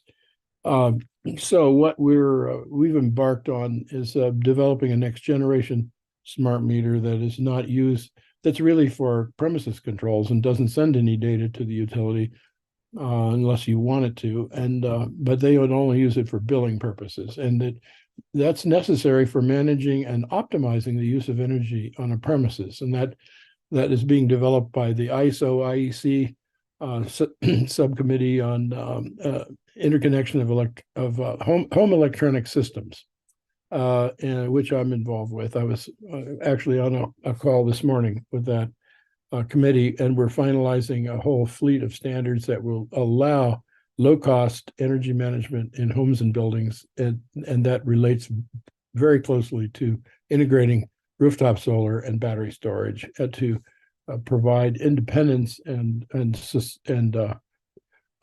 particularly resilience in the case of power failures in the grid, which are going to be more and more dramatic all the time.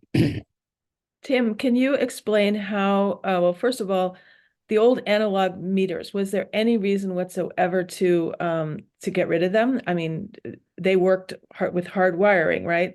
So, and people are opting out all over the country to be able to put analog meters back on their homes. So is there any they were analog?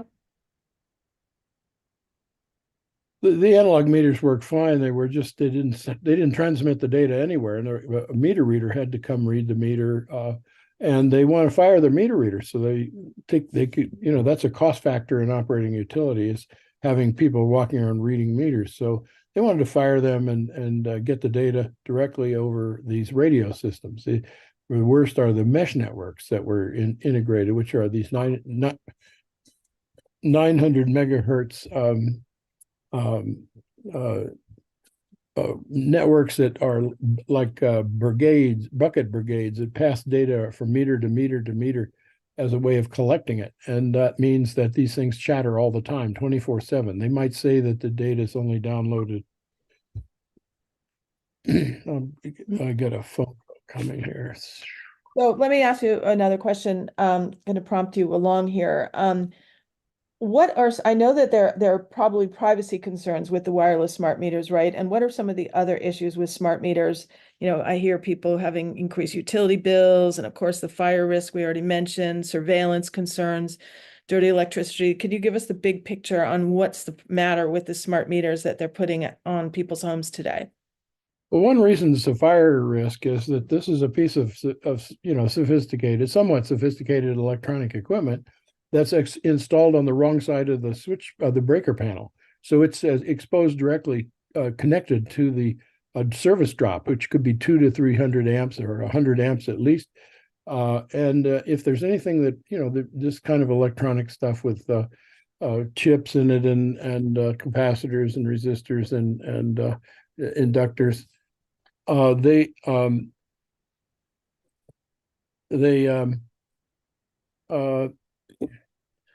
tend to fail, from time to time. And if it fails, it catches fire, or oftentimes, and there's impossible to put the fire out because it's not behind any kind of a breaker panel. They would not permit you to install appliances or electronic equipment inside in a house that's directly connected to the power line. It has to go through a meter and then through a circuit breaker panel.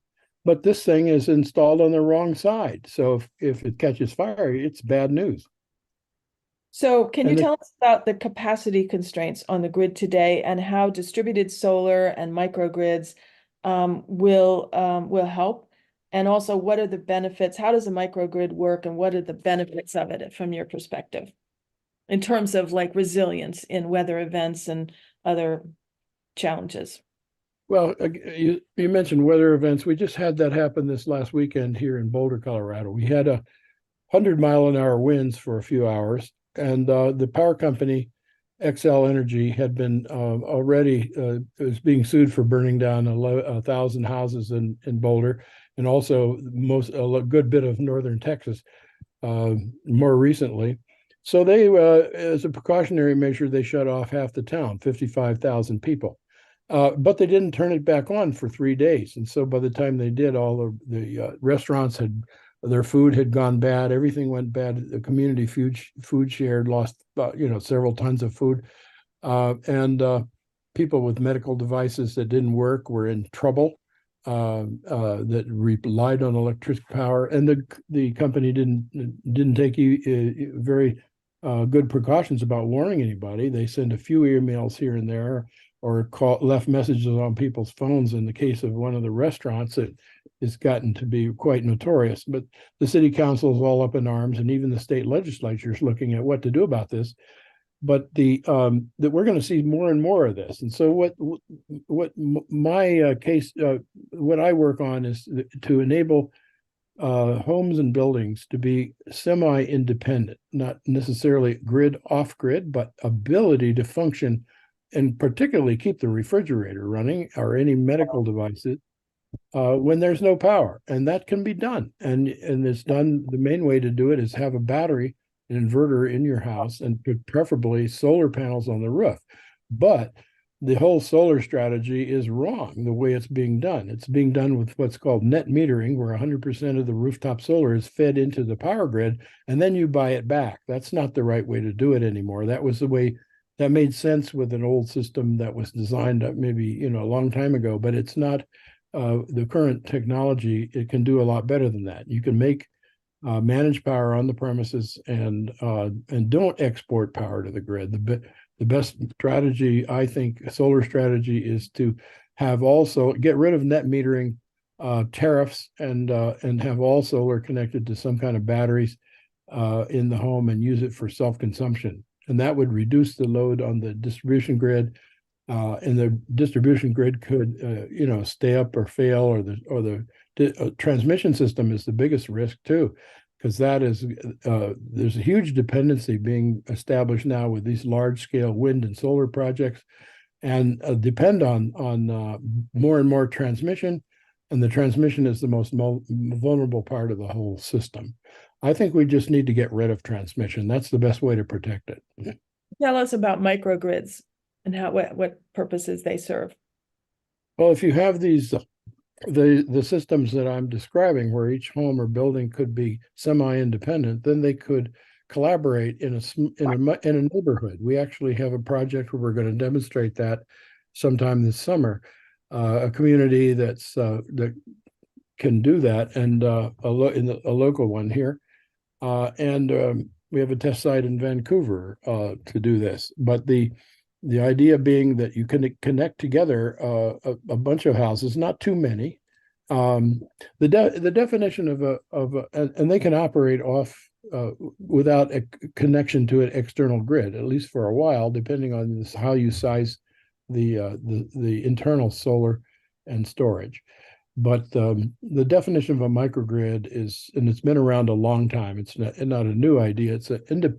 It's a portion of a power grid that can be disconnected and operate independently for a while, or never has a connection, like it's on an island or in an Alaskan village somewhere that never has a power connection, and has to depend on power that's generated in the neighborhood and share it among the people that live there. And that's, I think, the best way to do it. In the modern age, we have the technology to do that cheaply, far more cheaply than building large solar arrays out in the boondocks, and also these giant wind farms. I am really, I agree with the comment that was made earlier in this meeting about rooftop solar, because there's more than enough rooftop solar for all the power we need. But I disagree with the emphasis on large wind turbines. I think they're unnecessary, and they bind you to this transmission system. There's no way to avoid that. Plus, they have a lot of environmental impacts people are discovering. I can cite many papers on everything from acoustic noise to the failure rate of these turbines. It's a 30% failure rate in these large turbines, and that's really put companies like Siemens, one of the big manufacturers, and Vestas in deep trouble financially because of the failure rate that's showing up in these gigawatt or multi-megawatt turbines. So Tim, we have a few more minutes. Can we talk about the strain on the grid? That New York Times article said that demand for 2 decades for electricity was fairly flat because of energy efficient technologies and time of use pricing, but now the projections are for rapid escalation in demand for electricity. Can the grid handle this? And can you talk about the impact of AI and your concerns on that? Well, it's those are good articles. There's also a similar article that was published around the same time in the Washington Post, and the Post article is a good one too. It covers some issues that weren't covered in the New York Times article. A nice thing about the New York Times article is the graph in the front. It shows just what you just described, the fact that we had a power capacity growth for a period of time, then it was flat for several years, partly because of the pandemic, but all of a sudden it's ramped back up again just this year, or early this year, or this is 2014. It started right about the beginning of the year with this mania around AI, and the Wall Street has just gone berserk on this, and they see dollar signs everywhere. So they're trying to take the maximum advantage of how the money that can be made off of what's called AI, although it's not well defined. And we know, because I'm also a member of the International Standards Committee for AI, which is Subcommittee 42, and they're scratching their heads trying to figure out what to do about this, because it needs to be regulated, but nobody really knows how. And so this is going crazy. And the estimates, one of the CEO of one of the companies that makes these chips is a company called ARM. The CEO of that was quoted in the Wall Street Journal the other day, saying that within 10 years, we can expect to see 25% of the electric power used for AI data centers.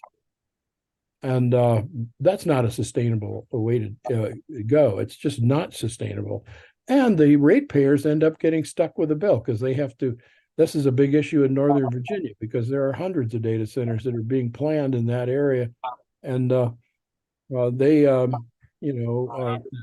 ratepayers have to foot the bill to upgrade the grid to do it. And they don't even end up getting priority on the power. These big corporations are going to take the first cut at the power access. And Microsoft just purchased a complete nuclear reactor with a data center attached in the Susquehanna nuclear reactor for $660 million. So they're going to cover part of it that way, but that takes that away from it producing any electricity for the public. It's not that that's a good way to do it anyway, but that's what's happening. There's a frenzy going on buying all the assets to generate electricity for totally unnecessary technology called AI. Tim, before we have very little time left, before we close and turn it over to Duncan and Q&A, could you talk a little bit, tell us about the EMMA, the Energy Measurement and Management technology that you're working on, and how that will work in a distributed solar environment, or just in general? Yeah, well, that's we have been. Important.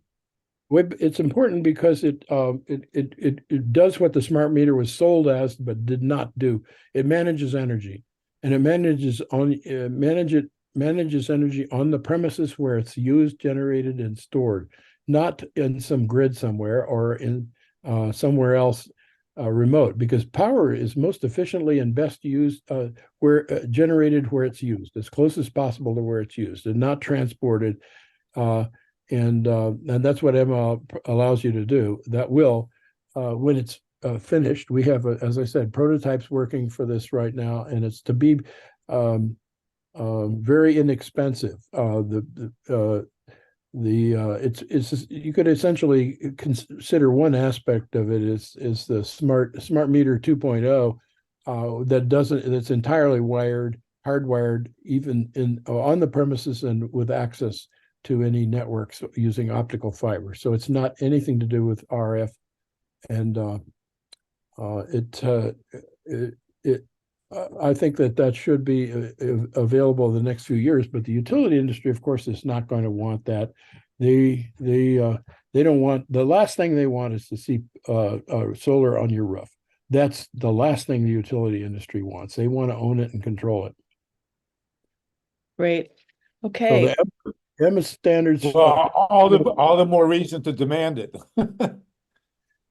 So we should expect to see probably we're publishing right now probably a dozen international standards that support the EMMA system, and those will be available. They're just for manufacturers and installers or anybody, high school kids even, that could build these things and put them in.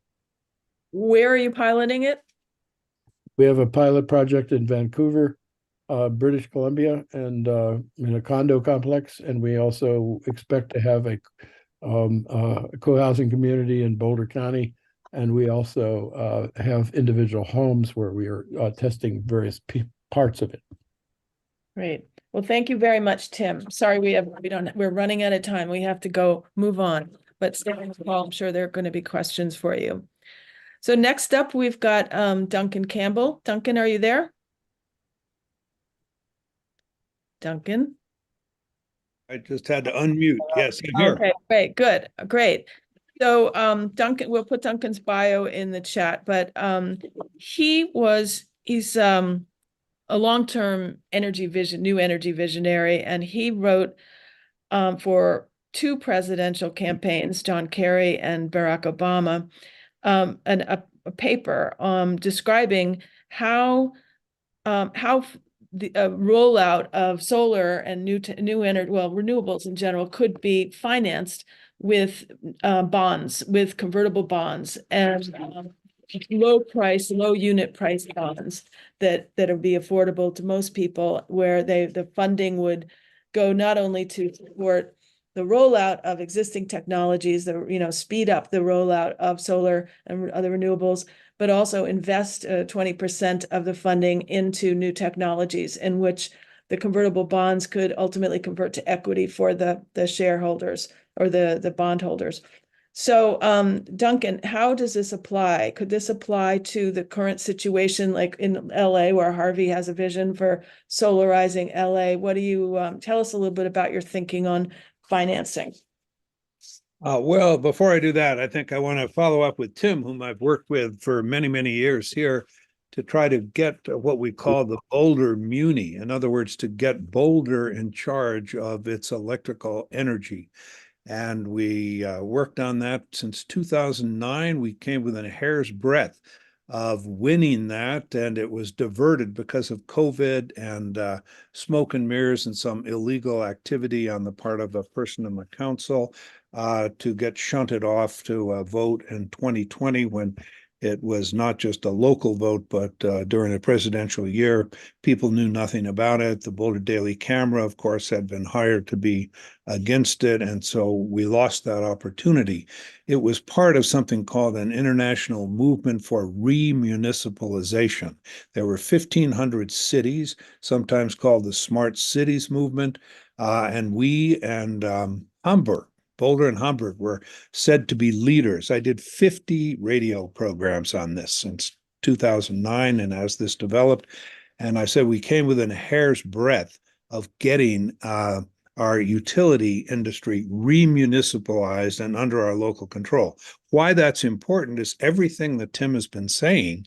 It's very difficult to implement that unless you can control your own city, LA in terms of Harvey or Boulder in terms of Boulder. And we were unable to do that because of a lot of machinations and the power of Excel. Excel dominates our Public Utilities Commission, it dominates our legislature, and it dominates our governor. We have a friendly mayor at this point who just told me upon his reelection that it's going to be almost impossible for us to take an off-ramp, which we bargained for to get back to remunicipalization, because they will just do a Trumpian kind of litigation delay. I say all this because the key to everything at this point is local control. Tim put it out beautifully that we should all have solar that's under our control, that's not sold to the grid, that we have access to, and we can share in neighborhoods and in community building. But also very important, my own house has north facing. I can't efficiently put solar on it, but I'm in a neighborhood where if we had microgrids, we could all be independent. But we can't do that because Excel has a law that forbids that to happen within Boulder. So it all comes back to local control, militating for local control over our energy. I think what Tim is coming up with here in terms of this new technology is fabulous. We just had this example of Excel failing us immensely here, where it turned off, as Tim said, electrical power without notice to 55,000 people. And I can tell Tim, I have a firefighter that lives right next to me. 2 people died who were on life support, who got no notice, et cetera. That hasn't been widely reported, but he told me because he had to go there. So I guess to go back to the financing starts with we've got to get local control. And my national New Energy for a New World, very briefly, was to use the model of war bonds during World War II, where direct use of tax payments could be supplemented to meet the danger by people actually purchasing war bonds, and they would be guaranteed a certain return on that if we won the war. And using that same model here, we've got the challenge of climate change. We can decentralize this and have these kinds of bonds raised as municipal bonds. Mine was a national idea to have $300 billion in bonds, which would be sold to ordinary people. Wealthy people would have very strong, small limits to be able to buy this. And with that $300 billion, we could have, with $1,000 for every person, actually brought technology at that point to market, which we lost the race to China for solar panels and so on because we didn't move quickly enough. We could have done that. We could have had 10, 20% for innovation. But the main idea was an ordinary person could get excited about this and benefit from these VC returns. You might buy a bond, let's say for $1,000 or $10,000, and you would be guaranteed treasury interest return. You could never lose that, but it would be using the notion of a convertible debenture that when this money was invested in public-private partnerships, not what we did with COVID, not what we did with the vaccines, not what we've done with Elon Musk and made him the wealthiest man and a dangerous man as a result. We put millions, hundreds of millions of dollars into SpaceX and into Tesla. We got nothing for it in return. We didn't get any position as shareholders. So the idea of this public financing with public-private is to select private companies that could benefit from an infusion of, let's call it public capital, but it wouldn't have to come, say, from the LA city government. They could do that, but they could also expand that to have municipal bonds sold to people in this new way where they become convertible debentures. They take a position in these companies and they might get 5x returns to help their kid go to college and so on. Right. So Thank you, Duncan. I think we idea. need to move on to the Q&A section now. Thank you to everybody. That's it. Could David Saltman, you have a question?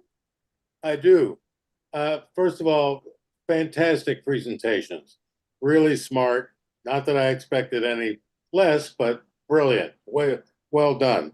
I have a very small but extremely on point question. We're all sitting here staring into screens right this minute. And a lot of us do this every single day, maybe more than once a day. To what degree is this dangerous, and what should we be doing to protect ourselves? You mean dangerous from the electromagnetic field perspective? Yes. Oh, okay. You mean make it dangerous or Carl, do you want to answer that, or shall I? Yeah. Well, I think the first thing is make sure your computer is hardwired. So then you don't get much radiation, not wireless. In my case, I turn off the wireless. I use it when I need to download something, and especially to tablet devices and so on.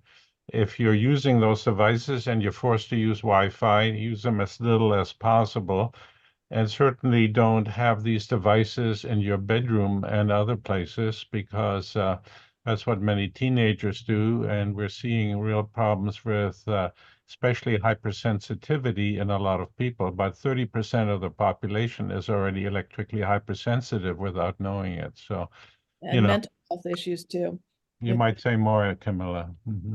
Oh, I was going to say, and also we're seeing a lot of mental health issues in children as well. I mean, 40% of children in college age, according to Association of Colleges a couple years ago, 40% had depression, and I think a higher number, like almost 60%, had anxiety in the prior 12 months. So the EMF issue may be contributing to that. But let me mention also, there's a router. I think you're not understanding my question, or maybe I don't understand. Oh, okay. Is the EMF and the RF coming from the screen, regardless of whether it's on wireless, whether it's Wi-Fi or not? No, not the screen. What about the electric fields? You've got electric fields. It's an electrical equipment, but what we've focused on is the RF, the radio frequency, which is from the wireless technologies. But yeah, there are things you can do I use something called a Reactor screen that covers my screen that makes a huge difference from those kind of electrical fields. But the RF from the wireless is really what we've been focused on here. What about on cell phones? Should they be, are headphones good or not good? Should they be a certain distance from your face? Well, it's better not to use a cell phone. But if you do use a cell phone, you certainly want to use it on the speaker and put it far away from you if you can.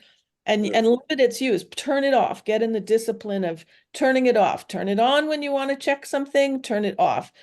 There's also, in terms of home wireless equipment, there's a fantastic router from the Netherlands that works here that's called the JRS Eco Router. And what it does is it only transmits while you're using it. So the rest of the time you're in your house or whatever, it's not transmitting.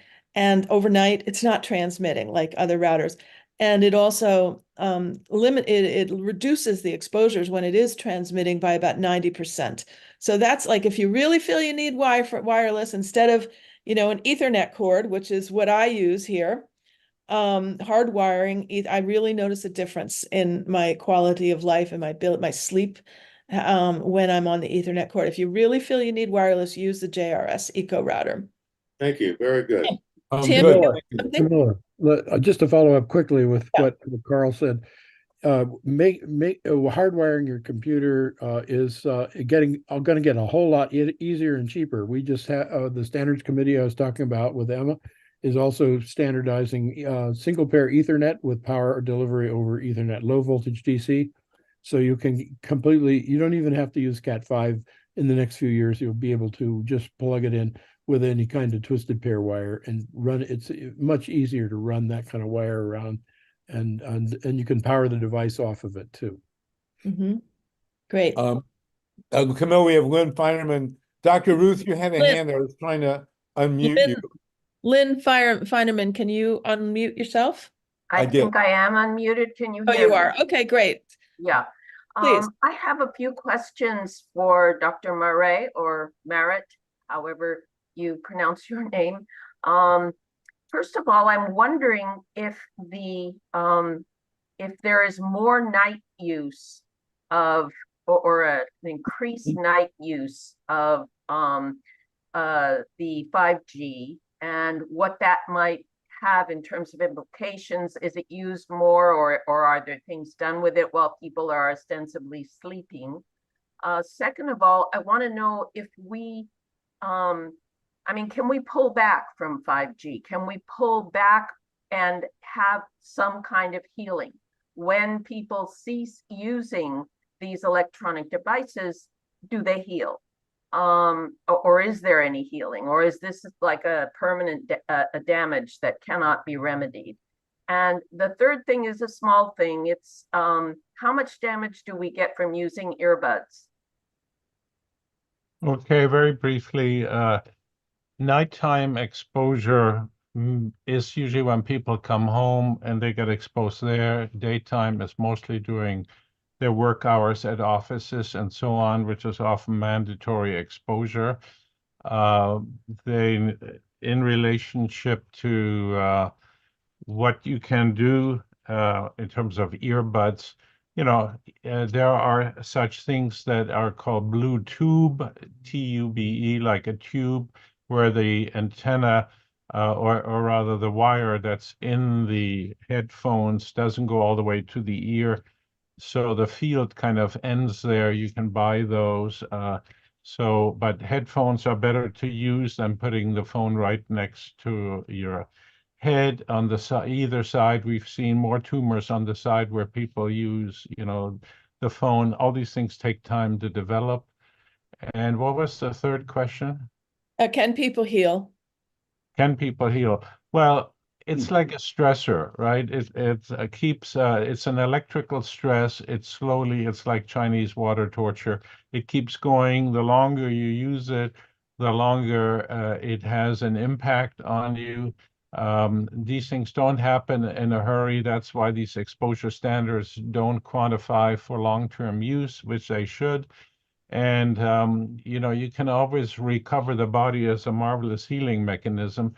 But when you start developing electromagnetic hypersensitivity, which is a much more common increasing complaint, then it affects sleep, it affects healing processes and so on. So the healing is much harder. Many people have to go into electrically low EMF exposure, things like in forests or places where they have radio telescopes. And that's where the real wounded people go, where they're not exposed so that they can recover. And it's hard to recover when you're in the midst of all this radiation, which is increasing year by year. Thank you.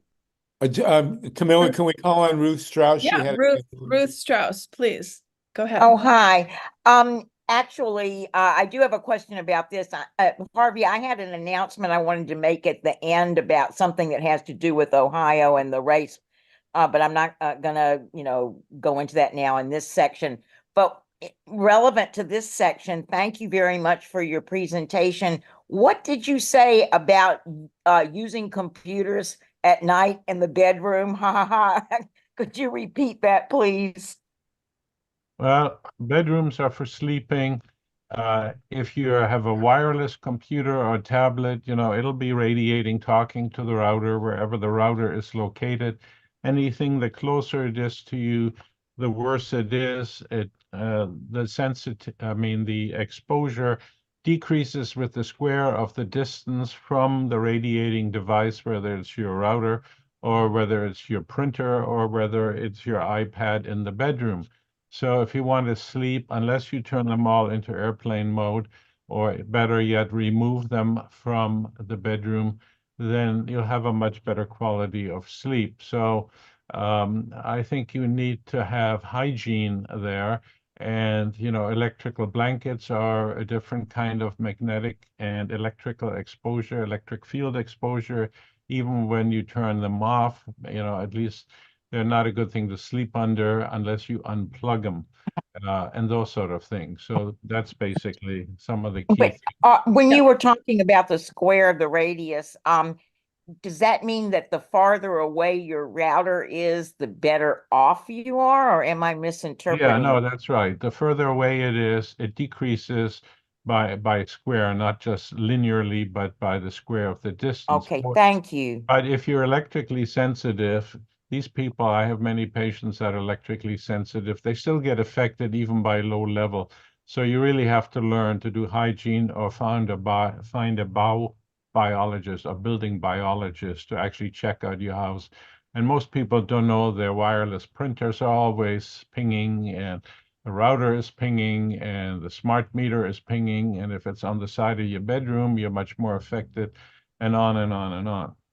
So I just want to also add that there is paradoxical research that shows that in some cases on the brain, the neurons in the brain, the effects are greater the lower the power. So, you know, it's important to realize that it's not just about proximity. I mean, even though that is true, but the farther away you are has effects on certain parts of the body. And also one of the reasons that there is the problem with sleep and in bedrooms is because this radiation depletes melatonin. Right. So, which is already only 10%, most people over 60 or to 70. So, and that's not only an antioxidant hormone, it's also a sleep hormone. And the biggest complaint I'm hearing now, people have trouble sleeping, and that's partially due to the radiation. 70 million Americans have a sleep. Yeah, 70 million Americans, that's almost, you know, a quarter of the country. And you have to understand these things are cumulative and over time. And I saw a comment here that they have EMF detectors. The new 5G works at higher frequencies, and most people, detectors don't work that higher frequency. So what you can do about 5G is don't buy a 5G phone, stick with your 4G phone. It works perfectly fine. It's backward compatible. 5G is just now sending the signal in a much more focused way into your head and talking to the tower, so your exposure is much higher day to day. Wendy Lederman, you have a question? Thank you. Yeah, and I just want to make a quick point too, is that, you know, you're talking about all the different like no one ever talks about accumulation. Like you mentioned, you have your tablet, you have your phone, when you go out into the world, you're exposed to everyone else's cell phones, and no one ever really studies and talks about the accumulation that we're picking up from everything combined. They always isolate the one thing that they're studying. But that's not my question. I wanted to mention that. Thank you. Really quickly.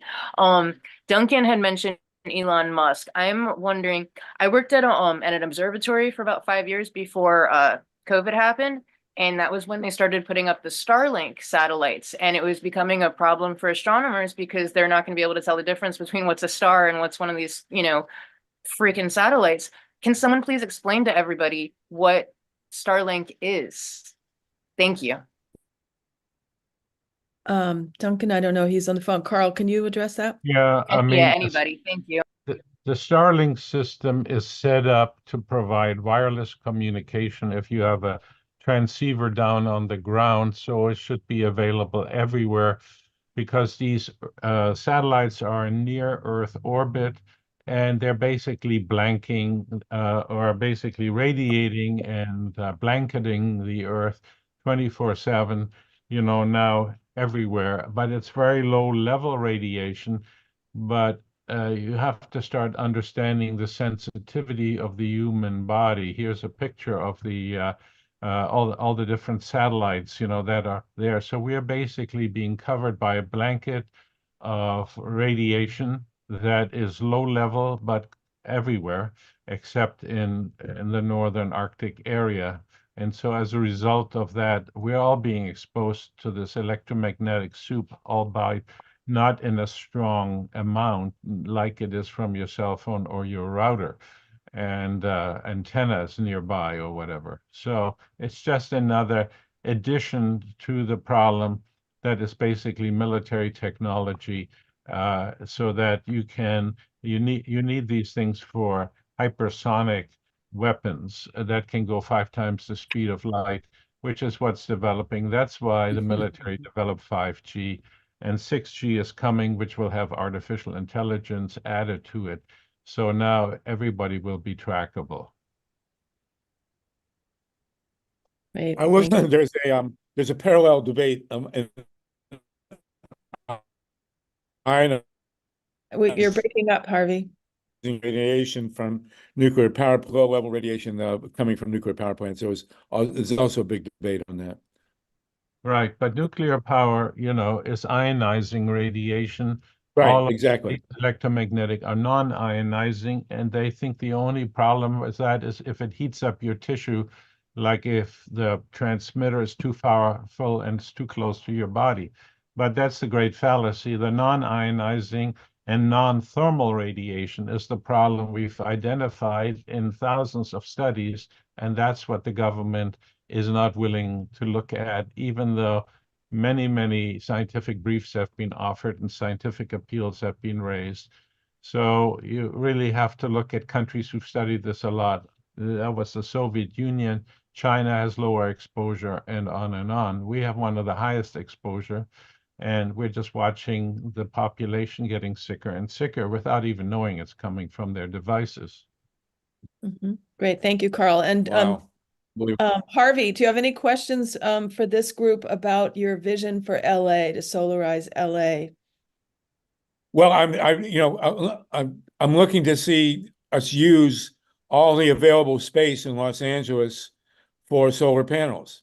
And by the way, Duncan, I was involved way back when they still had me at the Conference on World Affairs. We raised the issue of municipalizing Boulder, and we thought it was going to happen quickly. This was like around 2000, 2001, and before they stopped inviting me. This is a long, long fight. It took the city of Sacramento, by the way, 30 years to go municipal. They finally did, and they became the first municipal to vote to shut down a nuclear plant. And they did. Rancho Seco was voted down. So, it takes a long, long time. You got to look at this Sacramento study. If you'll write me, Duncan, solartopia@gmail, I want to be in touch with you about this. Yeah, let's do it, because I can explain to you exactly how we were outfoxed here illegally in Boulder and the difficulties of starting up again. But you and I definitely, let's get together. Okay. Yeah. And the good news is in LA, we do have a muni. Oh, great. And we could manufacture solar panels in Los Angeles and cover those parking lots and rooftops, and as well as the aqueduct. The aqueduct too, yeah. Can I ask Carl what he thinks about the idea of putting solar panels over aqueduct? I think probably there needs to be some sort of research into what the effects could be about environmental effects of doing that. So I wouldn't immediately assume it's a good idea. Carl, do you have any thoughts on that? Well, to me, solar panels basically produce direct current. You can put them together, 12 volt, 24 volts, 48 volts. You can add up the voltages at higher voltages, they can produce more current, there. And that's very efficient because you get wiring losses over a lot of current. So running them at 12 volts is not as good as doing it over 24 volts and so on. Depends on what the system is. But it's direct current, and direct current isn't really a problem over wires. The problem comes when you have to invert the power, in other words, chop it up with what's called inverters to get 110 volt out of your system. And if that's not an efficient system, you certainly should use sine wave inverters and so on. And you can filter out some of that noise and other things so it doesn't affect the 110 wiring that goes into your facility.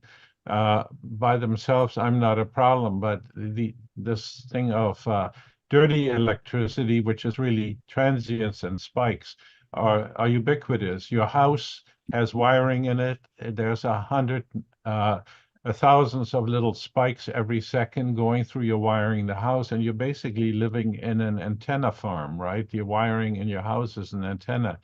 So direct current is much safer from that perspective, but all your equipment runs on AC, which is alternating current, which now has a lot of transients on top of it. But you can filter that out in part. You can filter it out where the power comes into the house. And if you're totally off the grid, which they won't even allow you to do because now you're seen as a generation facility. But if you can get off the grid and run your own power, then you can control those variables a lot more. But there's dirty electricity coming in, and it's from the transients from your neighbors, who might have washing machines and motors and everything else going on, and all the wireless tech. So you're basically sharing a transformer with your neighbors, and depending on their hygiene in their house, it affects you in your house. One small thing, and we have a question from Doey. We usually end at 4:20. We'll go to 4:30 if that's okay. Steve, if you can stay with us, that would be great. The positive side effects of solar panels over aqueducts is that you cut down on evaporation, which is a big deal. And you also cut down on algae and plants that clog up the aqueducts. So those are two positive side effects. It's only been done in very small quantities, but it's very hopeful because you can run the wire, transmission wire, right down the aqueduct. You don't have to build towers, and then you just intersect wherever you cross over existing infrastructure. So those are a couple of the what happened, by the way. There was a coal mine that blew up in China, and it filled with water, became a lake, and they just covered it with floating solar panels. Solar panels also work better when they're cooler. So just another unexpected twist in the road. Can we call on Doey, Camilla? Yeah, please go ahead, Doe. Hi, it's actually Doe. And Okay. Dr. Merritt and Tim and Camilla and Duncan, thank you so much for this call. It seems like the interest is huge and you need to do another one. With Dr. Merritt, when you said that, our forests and our national lands and so forth are places where people are able to escape. Well, in the Congress of the United States right now, there's a bill that would make that impossible because they want to put cell towers in all of the national parks and lands. Of course, we live out here near Boulder, and just to the west of us are our national lands, and we don't want cell towers there. But it's 6492, I believe, is the number of the bill. But Dr. Merritt, I wanted to ask you, I live in a situation where we have conjoined homes in groups of their townhomes in groups of about 5 apiece. And they just a month ago put in smart meters here. And overnight, the noise in my head jumped. Now we got a quote unquote opt out digital meter. We're going to try and get our analog back if we can. But so many things of what you said is your neighbor's hygiene for one. I know that they leak Wi-Fi into us, but the noise in my head jumped 2 to 3 to 4 times as much overnight to where it was just going like this inside my head. And I'm not a person who I consider has tinnitus. I have heard noise in my head and I attributed it more to signals in the environment as just a generality of what we live in nowadays. But the noise in my head, would that be more likely associated with dirty energy, or would it more likely be associated with radio frequencies from the nearby constellation of houses all around us within these conjoined homes? Yeah, it's been well reported in California and studies and so on. Once they installed smart meters, a lot of people suddenly had noises in their head, they had sleeping problems, they had fatigue. There's a whole report on that. And if you opt out and get an analog meter, great. Then at least you don't transmit the signal in a mesh network where all the other houses send signals to your meter and back. And we've done that wherever we live. You can still opt out. We fought for that in California. You should fight for that with Excel or whoever is your energy provider. And usually the utility commission should offer that because it is a really electrical problem. But if your neighbors don't, they're further away, but you will still be affected by that to some degree. So the more you can educate your neighbors, the better it will be. And some of these pings, all of these signals that basically are pulses that are transmitted for short periods of time only, but many times a day and at night as well, all of these will affect you not only directly by radio frequency, but they also start traveling on the AC current that you get from your utility provider. So, you know, you have to start thinking about filtering the dirty electricity out because that could be a factor then. So you're saying that it could be a confluence of the signals from the mesh network in combination with the dirty electricity on the house put in by the opt-out digital meter. We're going to have to fight to get the analog back. And ironically, we have a municipality. We've been, I say, speaking with them for 4 years, even having Tim come as an expert to speak to our city council. And we still have the rollout going on as we speak. So even, you know, that doesn't always solve the problem. No, the economic value is really huge for them. And they're not about to go back. So that's why you really have to organize, you know, and even then there's too much money being made and all of this. And you have to understand everything in law in this country is commercial law. It's commercial law, and it, you know, we've opted out being citizens of the United States because as a citizen, you're a debt slave. You have to go back to the land and soil jurisdiction and not work under commercial law, which is the UCC, the Uniform Commercial Code, that basically runs law. So it's very hard unless people wake up to what's happening in the country, you know. We have a small group who are waking up to that very thing. I wanted to say to Duncan that Elon Musk, he said we didn't get nothing from Elon Musk, but the truth is we got a whole load of problems with EVs and Starlink. So Duncan, thanks. I haven't seen you for 25 years. It's good to see you. Okay, I'd like to turn to Tom. Wait, I want a lot of problems too. You know, he said about Ukraine, there's no way in hell Russia's going to lose this war. And that's why he shut down Starlink for the Ukrainian troops for a period of time. We're stuck with this guy with hundreds of millions of dollars in our Defense Department in there, and he's making his own foreign policy. The guy could not be worse. Well, I think he yes, let's not say that though, because you know, he who laughs has not yet heard the bad news. I want to very quickly acknowledge Brenda Martinez. Brenda is been with us on this. She's a local EMF activist, very, very effective. She's been on our radio show, and Brenda, it's great to have you with us. Camilla, you did a phenomenal job of Thank you. Well, we still have a question from Tatanka. And from Lynn, and then we're going to wrap up, and I'll give you the last word, Camilla. And I want to say we still have 43 people after 2.5 hours. You guys, the people on this call have the most amazing attention span of any group. Certainly better than my students, I'll tell you that. Okay, go ahead, Lynn and Tatanka, please, and then we'll end with you, Camilla. I think I'm already unmuted. Yeah, I'm questioning if regarding these the issue of tech in parks. I'm wondering how trees and birds and other animals are affected by all of this, and if there's any data on that. Thank you. Yeah, there are two papers by B. Blake Levitt and Dr. Henry Lai from University of Washington on the ecosystem effects. I'll put him in the chat.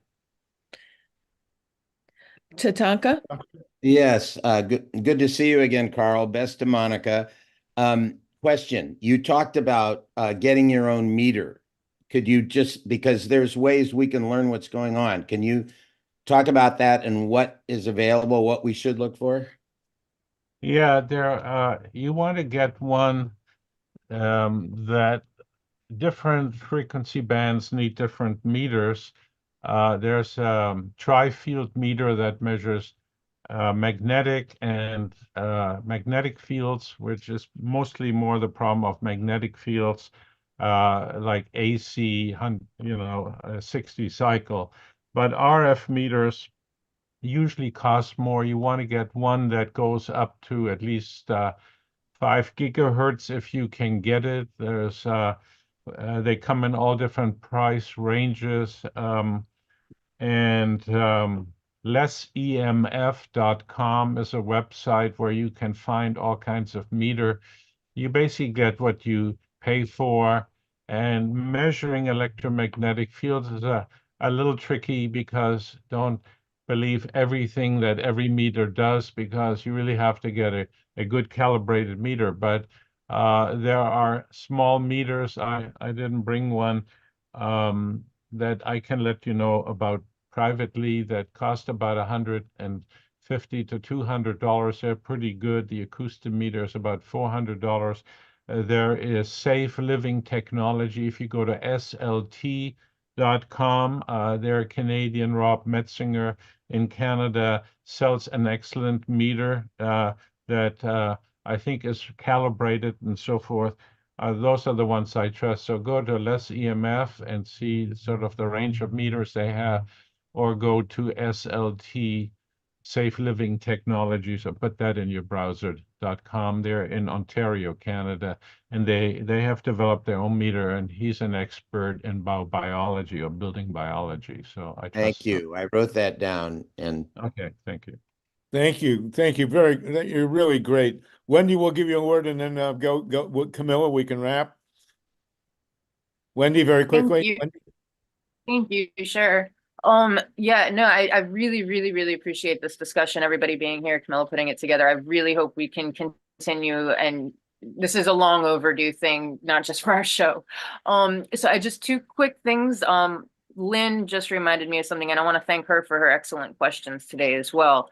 One, I just remembered, I saw a study not long ago at all. Really weird, sounds hippy dippy, but it was an actual scientific study, peer-reviewed and published, where they found that kombucha actually had positive effects on radiation toxicity. So I'm sorry I don't have it handy to put it in there, but you might be able to find that study, and it's worth looking up. What Lynn reminded me of is I was observing, because I've been a pedestrian in around Fort Lauderdale and Miami area, which there's just not a whole lot of us. There's not a lot of people walking around, especially in the suburb areas where I was, where they started putting up all the 5G towers, obviously with not a vote. It's like you just wake up one day and all of a sudden they're everywhere. And I kept finding, and I actually have several pictures, birds laying on the ground, no like mark of any kind of impact or like anything that hit them, just frozen on the ground, dead. Iguanas, squirrels. I've seen like massive iguanas. I have one picture where there's a canal with these like huge, like some of the biggest iguanas I've ever seen in my life, and I'm from Florida, that are just like in the water, and there's a few of them, and they're just like frozen with these like looks on their faces, like something just came literally and zapped him out of life. And it's just, so I would start paying attention. A lot of people don't pay attention. They don't look up to the sky. They don't look around what's around them and just observe the nature, especially when you're around these towers, and see, are you seeing lizards, birds, any of these things? But that's a great question, and I'm glad Lynn asked, because it's a real thing. Thank you, Wendy. Yeah, terrifying stuff. We appreciate that.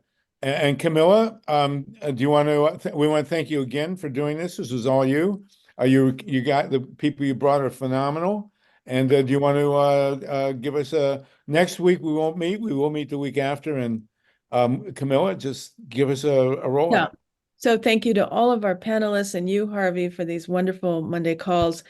And I did put in the chat, Wendy, a link to the first paper by Blake Levitt and Henry Lai on the ecosystem effects. There is research, there's lots of it, and recommend that you check that out. Their effects on all kinds of insects and trees and birds and yeah, it's just not so obvious to people at all times. Sometimes it is obvious when you see a tree that's sort of dying on one side near a smart meter. Anyway, so I just want to bring us back to the real point of this call, which was, while it was to educate about the electromagnetic fields, it was really to focus on the grid, you know, the challenge to the grid right now and how important it is to our survival, really, that we figure out energy sustainability. And so we are, NESLAP is going to be publishing a paper that Tim Sheckley is working on, focused on challenges to the grid and resilience. And if you'd like to support that, I put in the chat a link to how you can support our project at the National Institute for Science, Law, and Public Policy, if you'd like. But thank you, everybody. That's all I have to say. Oh, is there something else? Was No there nukes, something else? everybody. Brenda? Wait, Harvey, just one more thing. Brenda Martinez has a quick update on LA County. All right. Is it possible? Go ahead very quickly, and then we're going to rock and roll. I can't get you unmuted. There we go. Oh, Try again. One more time. no, it's not working. She keeps getting muted Can again. All right, there you go. Go ahead. Go Okay, ahead. excellent. Just 2 seconds. So I just want to thank everybody. Thank you so much for this amazing presentation. And thank you, Harvey, for allowing us to giving us this opportunity to speak on the past 2 hearings that we had for the LA County. So everyone knows about the lawsuit with the LA County. And so we were able to win 2 counts on the CEQA, on the California Environmental Protection Act. The judge actually found LA County to be violating the CEQA. And so we are very, very thankful for the support. Unfortunately, we lost on some other issues, but on April 11, our attorneys, Scott McCullough and Mitchell Tsai, file a motion to vacate, which means that we're asking the judge to cancel both ordinances, Ordinance 16 and 22, so that we can go back into the board and just redo this all over again. So we really need your support. You can follow and find more information on fiberfirstla.org or Children's Health Defense. And they're both plaintiffs. And so we thank you very much for this time and this opportunity. Okay, thank you, Brenda, for the local fight. And Camilla, again, wonderful, wonderful program. Couldn't do without you. We'll be back again in 2 weeks, and keep the faith, everybody.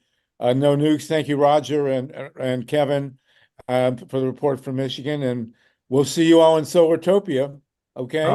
I just wanted to say, next year in Solartopia. Go ahead. if I can just say that I put on my chat an email where you can reach me if you have questions, and I come to LA from time to time and be happy to give a presentation of about an hour or so. Brenda, you'll be in touch with Carl. So you can reach me at merit@cruzio.com, which is in, I think I just sent that to Camilla. I should send that to everybody. Please do. Yeah, put it in the chat. Brenda will get it. And as they say at the Passover table, next year in Solartopia. So thank you, Tim. Thank you, Duncan. Thank you, Carl. And we will get a recording of this too, in case you want to share it with others later. Yeah, and thank you, Steve Caruso and Mike Hirsch, for doing this, Steve, for your great engineering. Sorry to keep you late. And Wendy, for all your great input. Okay? No nukes, everybody. We'll see you in 2 weeks. Okay. Thank you. Si se puede. No nukes. No nukes. Fiber first.